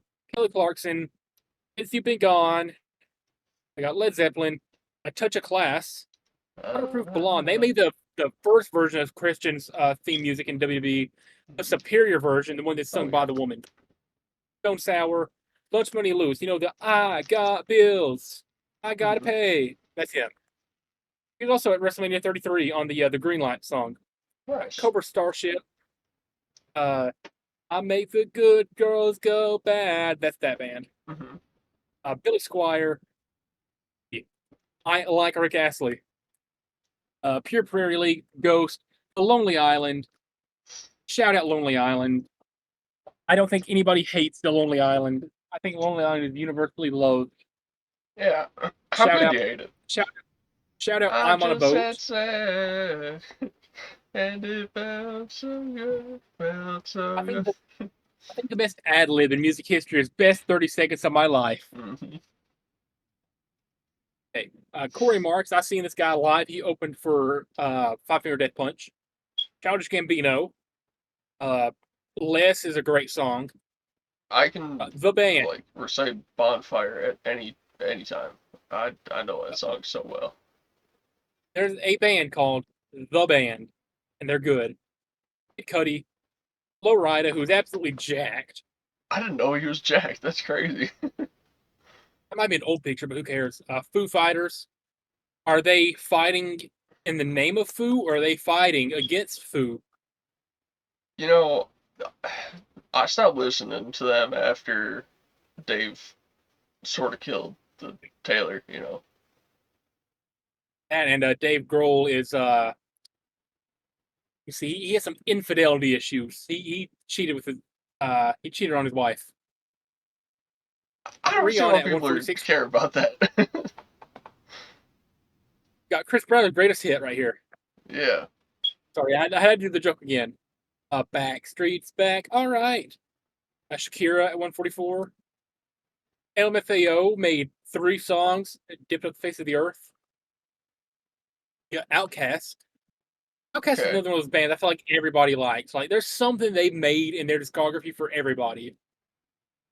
Yeah, I Paramore. wouldn't say I'm an Outkast fan, but Like, I like a couple of everybody their has at least songs. Yeah. everybody has at least one Outkast song they like. Everybody likes Hey Like, Yeah. yeah, y'all don't want to hear me. Y'all just want to dance or whatever he says. Yeah. The entire song is about like a toxic relationship, and like, it's like everybody dances to it. Love Andre 3000. He's a genius. Yeah. I love Paramore. Yeah. I've been listening to them a lot Like, lately. Paramore is awesome. Like, I don't care like who you are. Like, if you Yeah. don't get down to like at least one Paramore song, like Misery Business, dude. Misery Yeah. Business is such a good song.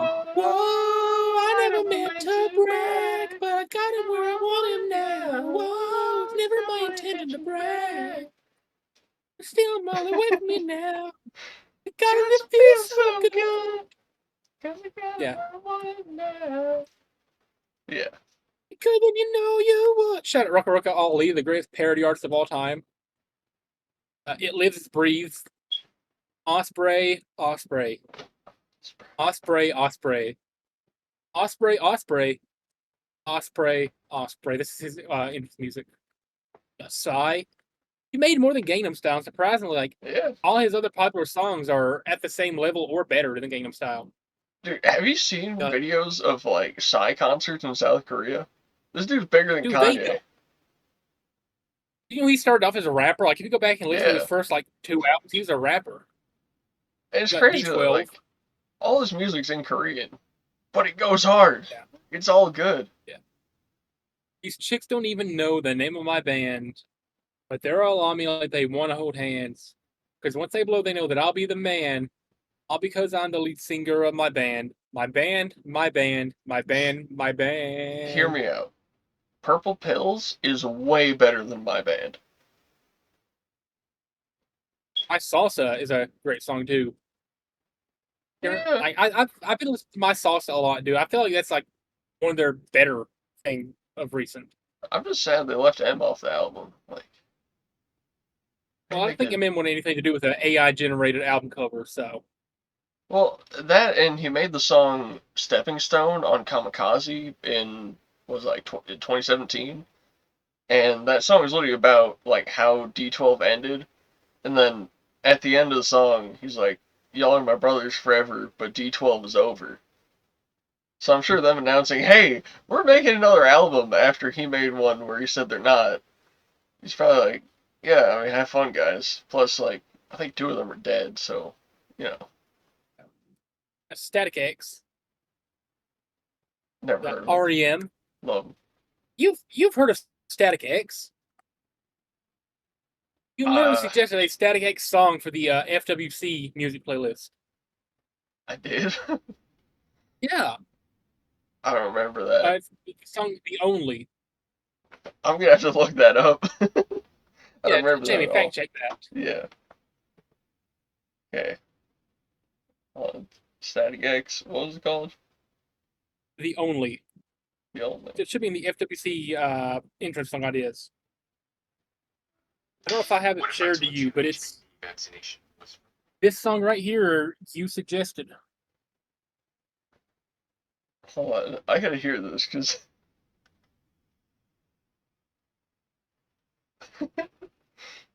Okay.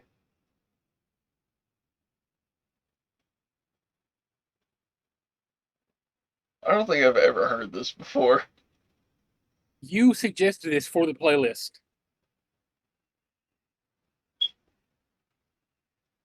This sounds like corn.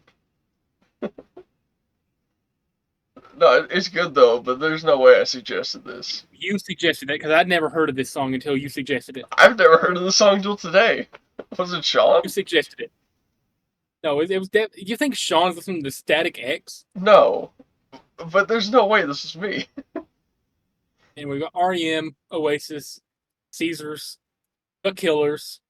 You know what song The Killers made, right? Oh man. She's not there. LC, turning saints into the sea. You know, I'm Mr. Brightside. Oh yeah. Okay. And somebody we told got- me. Yeah. And when you were young. Yeah, we got Philip Phillips. That's his real government name is Philip Phillips. I don't know who does that to their child, but his name is Philip Phillips. Godsmack, damn Yankees. Phil Collins, one of the greatest minds of all time in music. Audio Slave, and there's Tony Hinchcliffe himself. Nice. So I don't know how fast I cranked out these last 130 slides because I was talking about that on the show just now whenever I was making this slide. I'm like, oh, Tony Hinchcliffe looks like him.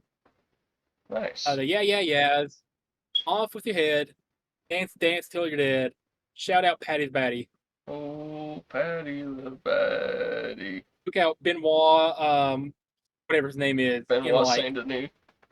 Yeah, Benoit Saint Denis in a minute. Flowbots, Mitski, Proclaimers, but I would walk 500 miles and I would walk 500 They both look more. like Logic.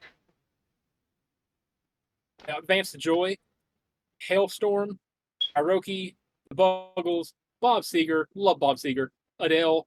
I think maturing as a man is realizing that Adele actually makes some heaters. And if you can admit that Rolling in the Deep is heat, then you can get into the rest for discography and it's worth it. Danzig, Talking Heads, Afro Man at 114. Nice. Morning, ladies. 45 and 2 zigzags. Stroke Maybe 40 that's all we guys need. and too big. Yeah. Neon Trees, Shinedown, Lucas Graham, Uncle Cracker, Give Me the Beat Boys and Free My Soul. I want to get lost in your rock and roll and drift away. Well, that was Kendrick Uncle Lamar. Cracker. That was... Well, Uncle Cracker covered it, but it was like an old song before. Yeah. I got K-Dot, Bonnie Tyler, rest in peace. She just died a few days ago, but she made Total Eclipse of the Heart. Turn around every now and then. Yeah, that song right there. Oh my God, that's one of the best songs of all time. Pink, James McMurtry, Dire Straits. They made so many good songs. Jimmy Eat World, Genesis. Shout out Phil Collins again. He was part of that band. Asia, AC/DC. Starting off the top 100, we got Owl City / Sky Sailing. It's the same guy. Over AC/DC? Are I you know on crack? If you've heard one AC/DC song, you've heard them all. All their if you've songs heard one Owl City song, you've heard them all. If you've heard one AC/DC album, you've heard them all. Every single AC/DC, the lead singer of AC/DC said himself, yeah, if you've heard, he said, we've made 11 albums that all sound the exact same. What the fuck is this one song? If you would not believe your eyes, a million fireflies or some shit? Owl City sucks. He made When Can I See You Again? There's Wreck-It Ralph. Foster the People, they made All the Other Kids with the Pumped Up Kicks. Again, over AC/DC? That's crazy.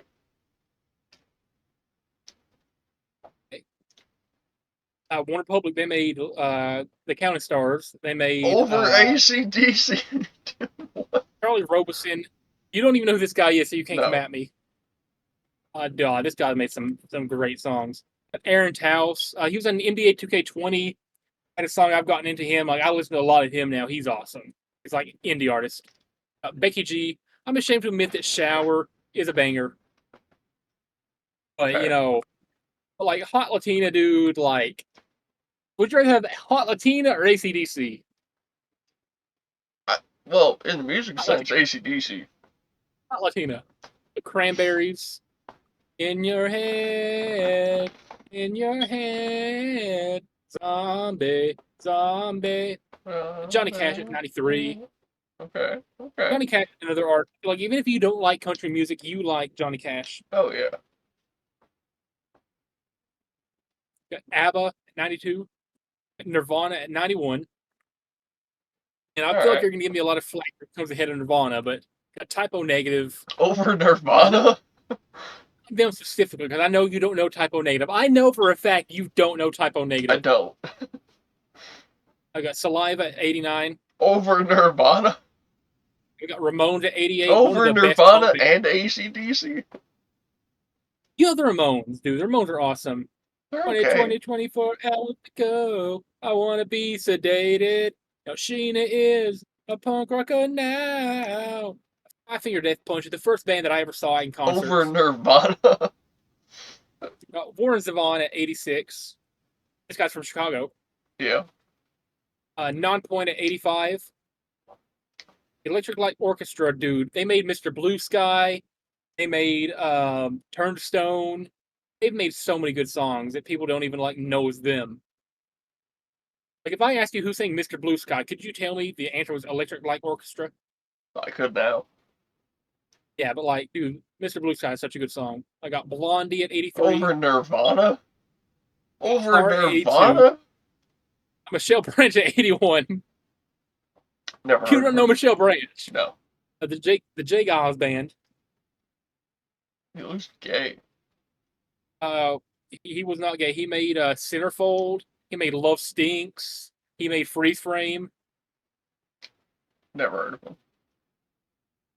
You've got to heard the song that's like, my blood runs cold. My memory has just been sold. My angel is a centerfold. Nope. Angel is a centerfold. Yeah, so good. But the Beatles at 79, which I feel like is a fair placement. I feel like the Beatles are severely overrated all time.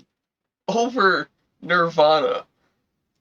You're saying if we were taking a road trip right now, and I said, would you rather listen to the Beatles the entire feel way like to Kentucky, or would you rather listen to Nirvana the entire way to Kentucky? You're picking the Beatles? I feel like once you get into like the LSD era of the Beatles, it's like we can just enjoy that era. Listen, I feel like You everything can like enjoy all 100 of through like Nirvana. everything like 100 through like 70 is like all even though, because like I'm getting to the range of like, oh, I love all these guys. Nelly at 78. Okay.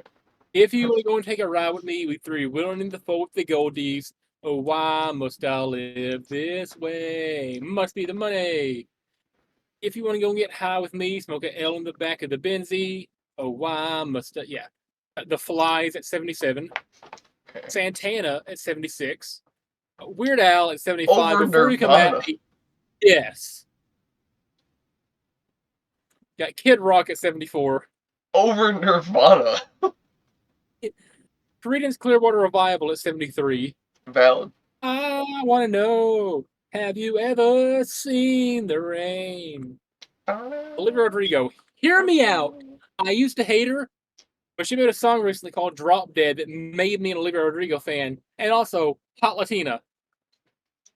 Over Nirvana. Alice Cooper at 71. Our Lady Peace at Over 70. Nirvana. No, it's fair. You notice anything? Yeah, I see it. Eminem at 69. Nice. Yeah. And now I feel like you're going to hate me because I have 68 artists over Eminem. Black Eyed Peas at 68. Alright. Dude, Boom Boom Boom or whatever. I think it's called Boom Boom Boom, right? Yeah. I think it's 3 booms. Dude, that's such a good song. That song's part of my childhood. It's ingrained in my memory. I love Boom Boom Boom. Let's get retarded. Yeah, The Weeknd at 67. Okay. Cheap Over Trick Nirvana, at- over Eminem, over Cheap AC/DC, Trick at over... 66. Dude, The Weeknd should be like number 225 at least. Supertramp at 65. Okay. See, we're getting artists that you don't really like, you're not familiar with. The Strokes at I 64. love 'em. Love the Strokes. Boston at 63. Blue Oyster Cult at 62.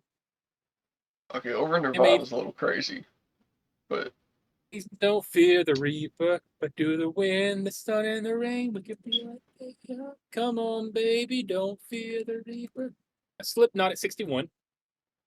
okay. Eddie Money at 60.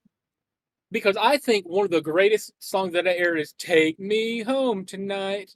I don't want to let you go until you see the light. Take me home tonight. Listen, yeah. So, oh my God, I love that song. Two Tickets to Paradise. Peter. Yeah, Baby Lasagna at 59. Over And I know for a Eminem, fact, over I Nirvana. know you don't know Baby Lasagna. Journey at 58. I was considering this. I'm like, I think I ranked Journey like right after Eminem, and I started like filling in the gaps in between because I was like scrolling through the list, whatever. Like I had my playlist on shuffle, and I was doing it, Okay. and I'm like, oh my God, like Eminem made like he made Real Slim Shady, he made Without Me, he made like Made all this. Yeah, I was thinking that, and I'm like, oh my God, but Journey made Separate Ways. Journey's the one ahead of Eminem because of Separate Ways alone. Someday love will find you. Break those chains that bind you. And I will be on you. Daft Punk at 57. And this thing that pushed Daft Punk above everybody else's Instant Crush with Julian Casablancas, dude. Instant Crush, such a good song. And then they made Get Lucky on the same album. Okay. Tool at 56. They're gonna Okay. roast me for having Tool at 56. No, that's cool. Weezer at 55. Over Tool? No, I get it. I get it. I put him over Tool. Yeah, Billy Joel at 54, dude. Billy Joel. Over Like if over Weezer? Over Tool? Over Eminem? did Weezer make We Didn't Start the Fire? They could have. Honestly, I think if it Harry hadn't been Truman, made, Doris they would have Day, been the Red, ones to China, make it. Johnny Ray, South Pacific Water, Winter, Joe DiMaggio. David Bowie at 53. Okay. Prince at 52. I think Well, Purple Rain okay. is a perfect song. All right. I would agree. There are other artists whose like overall work I like a little bit more, but I think Purple Rain might be like one of the only perfect songs ever made. There is 8 minutes long, and it is not a single note wasted. What else would you categorize as a perfect song? Just off the top of your head. I'd say Bohemian Rhapsody is a perfect Oh, song. yeah. I'd say One by Metallica is a perfect song. All right. I'd say Afterlife is a perfect song by Avenged Sevenfold. Stay Forever by Ween is a perfect song, I'd say. Okay.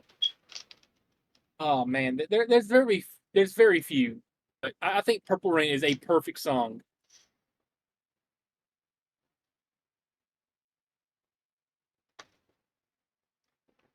Uh-oh. Of course it drops out.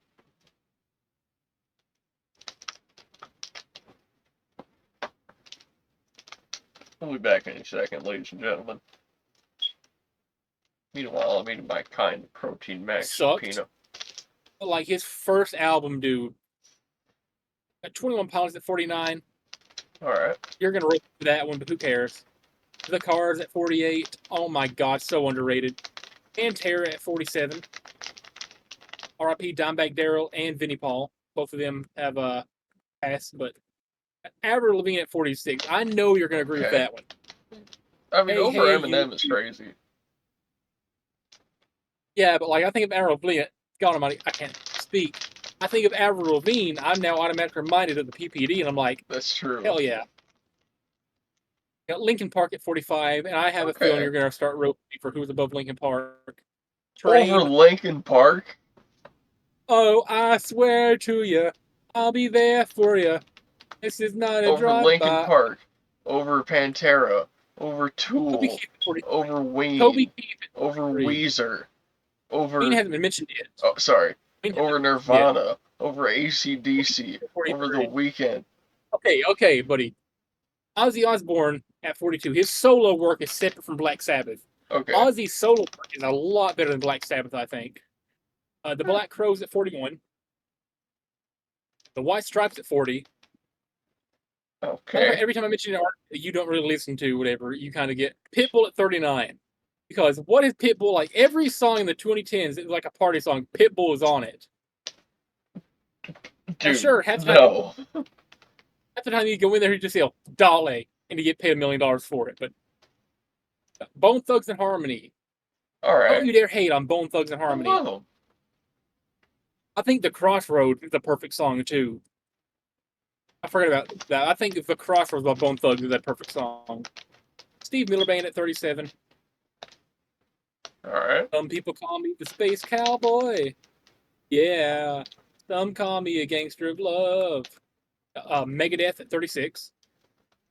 ZZ Top at 35. Look at that guitar there. That's like a 40 stringer, but oh my, that's awesome. Rehab at 34. Okay. I know you don't really listen to Rehab, but they're awesome. Primus at 33. What? Yeah, dude, I Way love too Primus. You ever heard of Winona's Big Brown Beaver? Yeah. Yeah. MIA at 32. Okay. I thought you were gonna roast me for that one. No, that's cool. Nickelback at 31. Oh yeah. Absolutely. Yeah, because we all just want to be big rock stars. System of a Down at 30. They should be higher. Wheeler Walker Jr. at 29.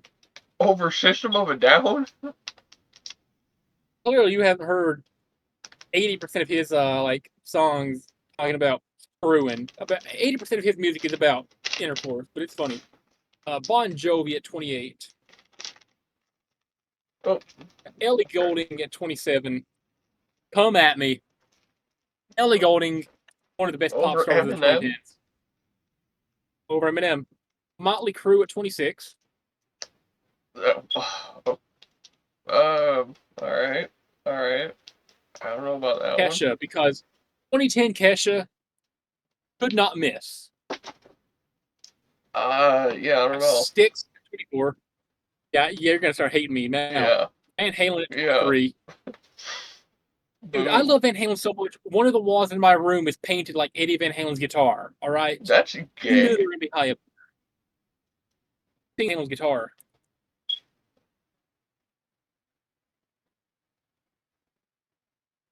Like, it's a really cool pattern. Like, one of the walls in my room painted like this.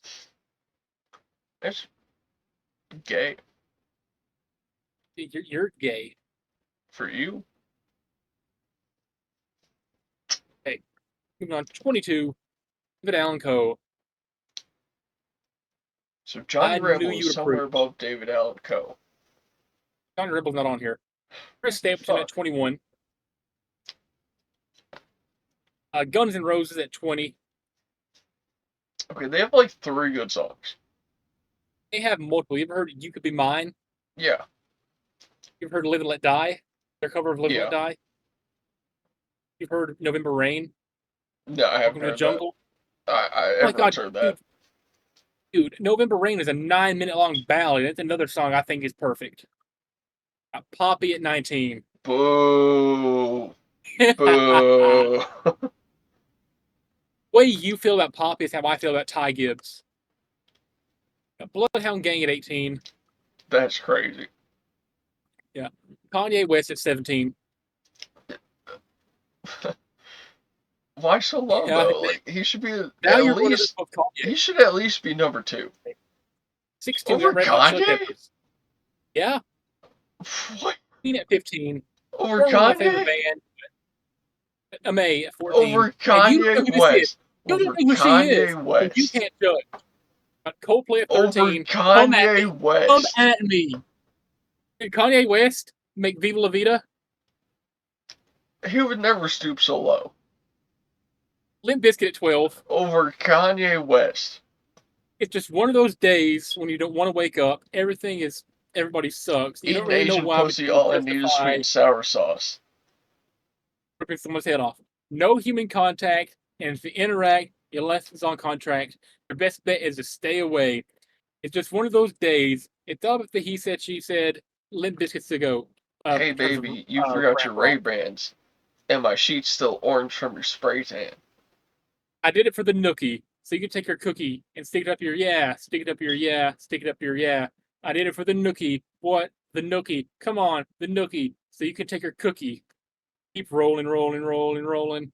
Keep rolling, rolling, rolling. Leonard Skinner at 11.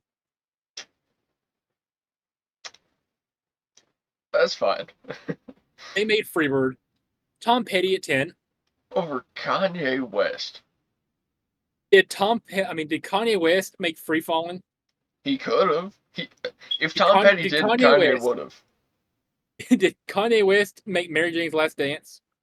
If Tom Petty hadn't made it, fate would have put that song into Kanye's hands. Did Kanye West make Refugee? If Tom Petty was never born, Kanye would have made Refugee. Did Kanye West make Love is the Long Road? If Tom Petty wasn't alive, Kanye would have made Love is the Long Road. Number 9, we got Volbeat. Over Tom Petty, over Kanye, over Eminem, over The Weeknd. Number 8, we got Aerosmith. That's valid. You're my angel. Come and save me tonight. The Offspring at 7, everybody's favorite New Zealand band, as you would say, formerly. They're from California. That's New Zealand. At 6. That's way too high for a band. I love you Rammstein. don't speak their language. Let me introduce you to Dick Titten, all right? English song of Rammstein. I lived alone for many years. I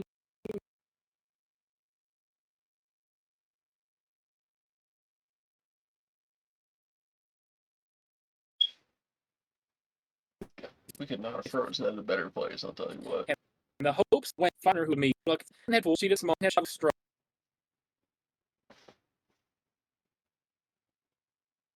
Rides, but big, amazing. Some shit. Okay, Dua Lipa at 5. That's Favorite insane. singer ought to defend Miss Dual IPA. You got Jamiroquai at 4. That's insane. Let it be known that 4, 3, 2, and 1 are all interchangeable, and Jamiroquai is awesome. You've never even tried to listen to Jamiroquai. I don't want to. Avenged Sevenfold at 3. I feel the same way about Jamiroquai as you feel about Star Wars. It's okay, and because I'm allowed my Star Wars opinion, you're allowed your Jamiroquai opinion. I will admit though, Jamiroquai's pretty awesome. Futures made of virtual insanity and always. Yeah.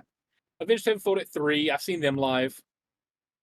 And my God, they were awesome. Poppy was an opener for them. Number 2, we got Ween. And I'm sure you can guess who number 1 is. Hold on. Let's see. It's Metallica. You haven't had Metallica yet. Who else would it be?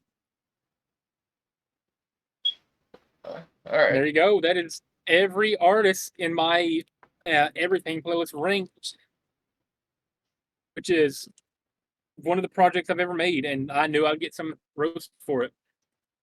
I might have to copy this idea because I probably listen to at least 600 different artists. Anyway, how much time do we got to kill? Probably all of it, if I had to guess. Oh yeah, we're about 20 minutes over. It took almost an hour. I don't do I do want to say there's a couple paint schemes I want to show you. I'm not going to do the full thing this time around because we don't have time for it and I know you don't care about it, but there are a few schemes I want you to look at, starting off with the A&W scheme. That is beautiful. Yeah, that's a 10. You gotta take a look at the where is it at? The Coke scheme. This is overrated. Everybody's been saying this is a 10. This is like a 4 at best. That's a 10. It has too much going on, and like areas that are not supposed to have stuff going on at separate places. I've got the piss yellow numbers back. Nice. I feel like this right here is like an 8. I like this though. It's alright. This is a 10. Oh, yeah. Easy 10. This card belongs to the number 38. Then I gotta let you see. This is a 10 for the ally scheme. This is a pretty good card. It's like 3. I gotta let you see your guy. Not even in the monster car. Yeah. In fact, I don't think. I didn't even post for Riley Herbst's paint scheme, so you don't get to see the monster scheme this week. Oh. Dang, dude. Dude, I hate this driver so much, but that's a 10. That's pretty nice. That's a 10 too. I hate yeah. this guy more, but this is awesome. And then I know you like the truck, so I'll let you take a look at all the trucks. That's a 10. Oh, yeah. It's beautiful. Can I say that's a 10? I say at least a 9. That thing's cool.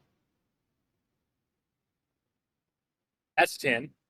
I don't know. I'd give it like an 8. It's a strong donkey. Can you call that a jacked ass?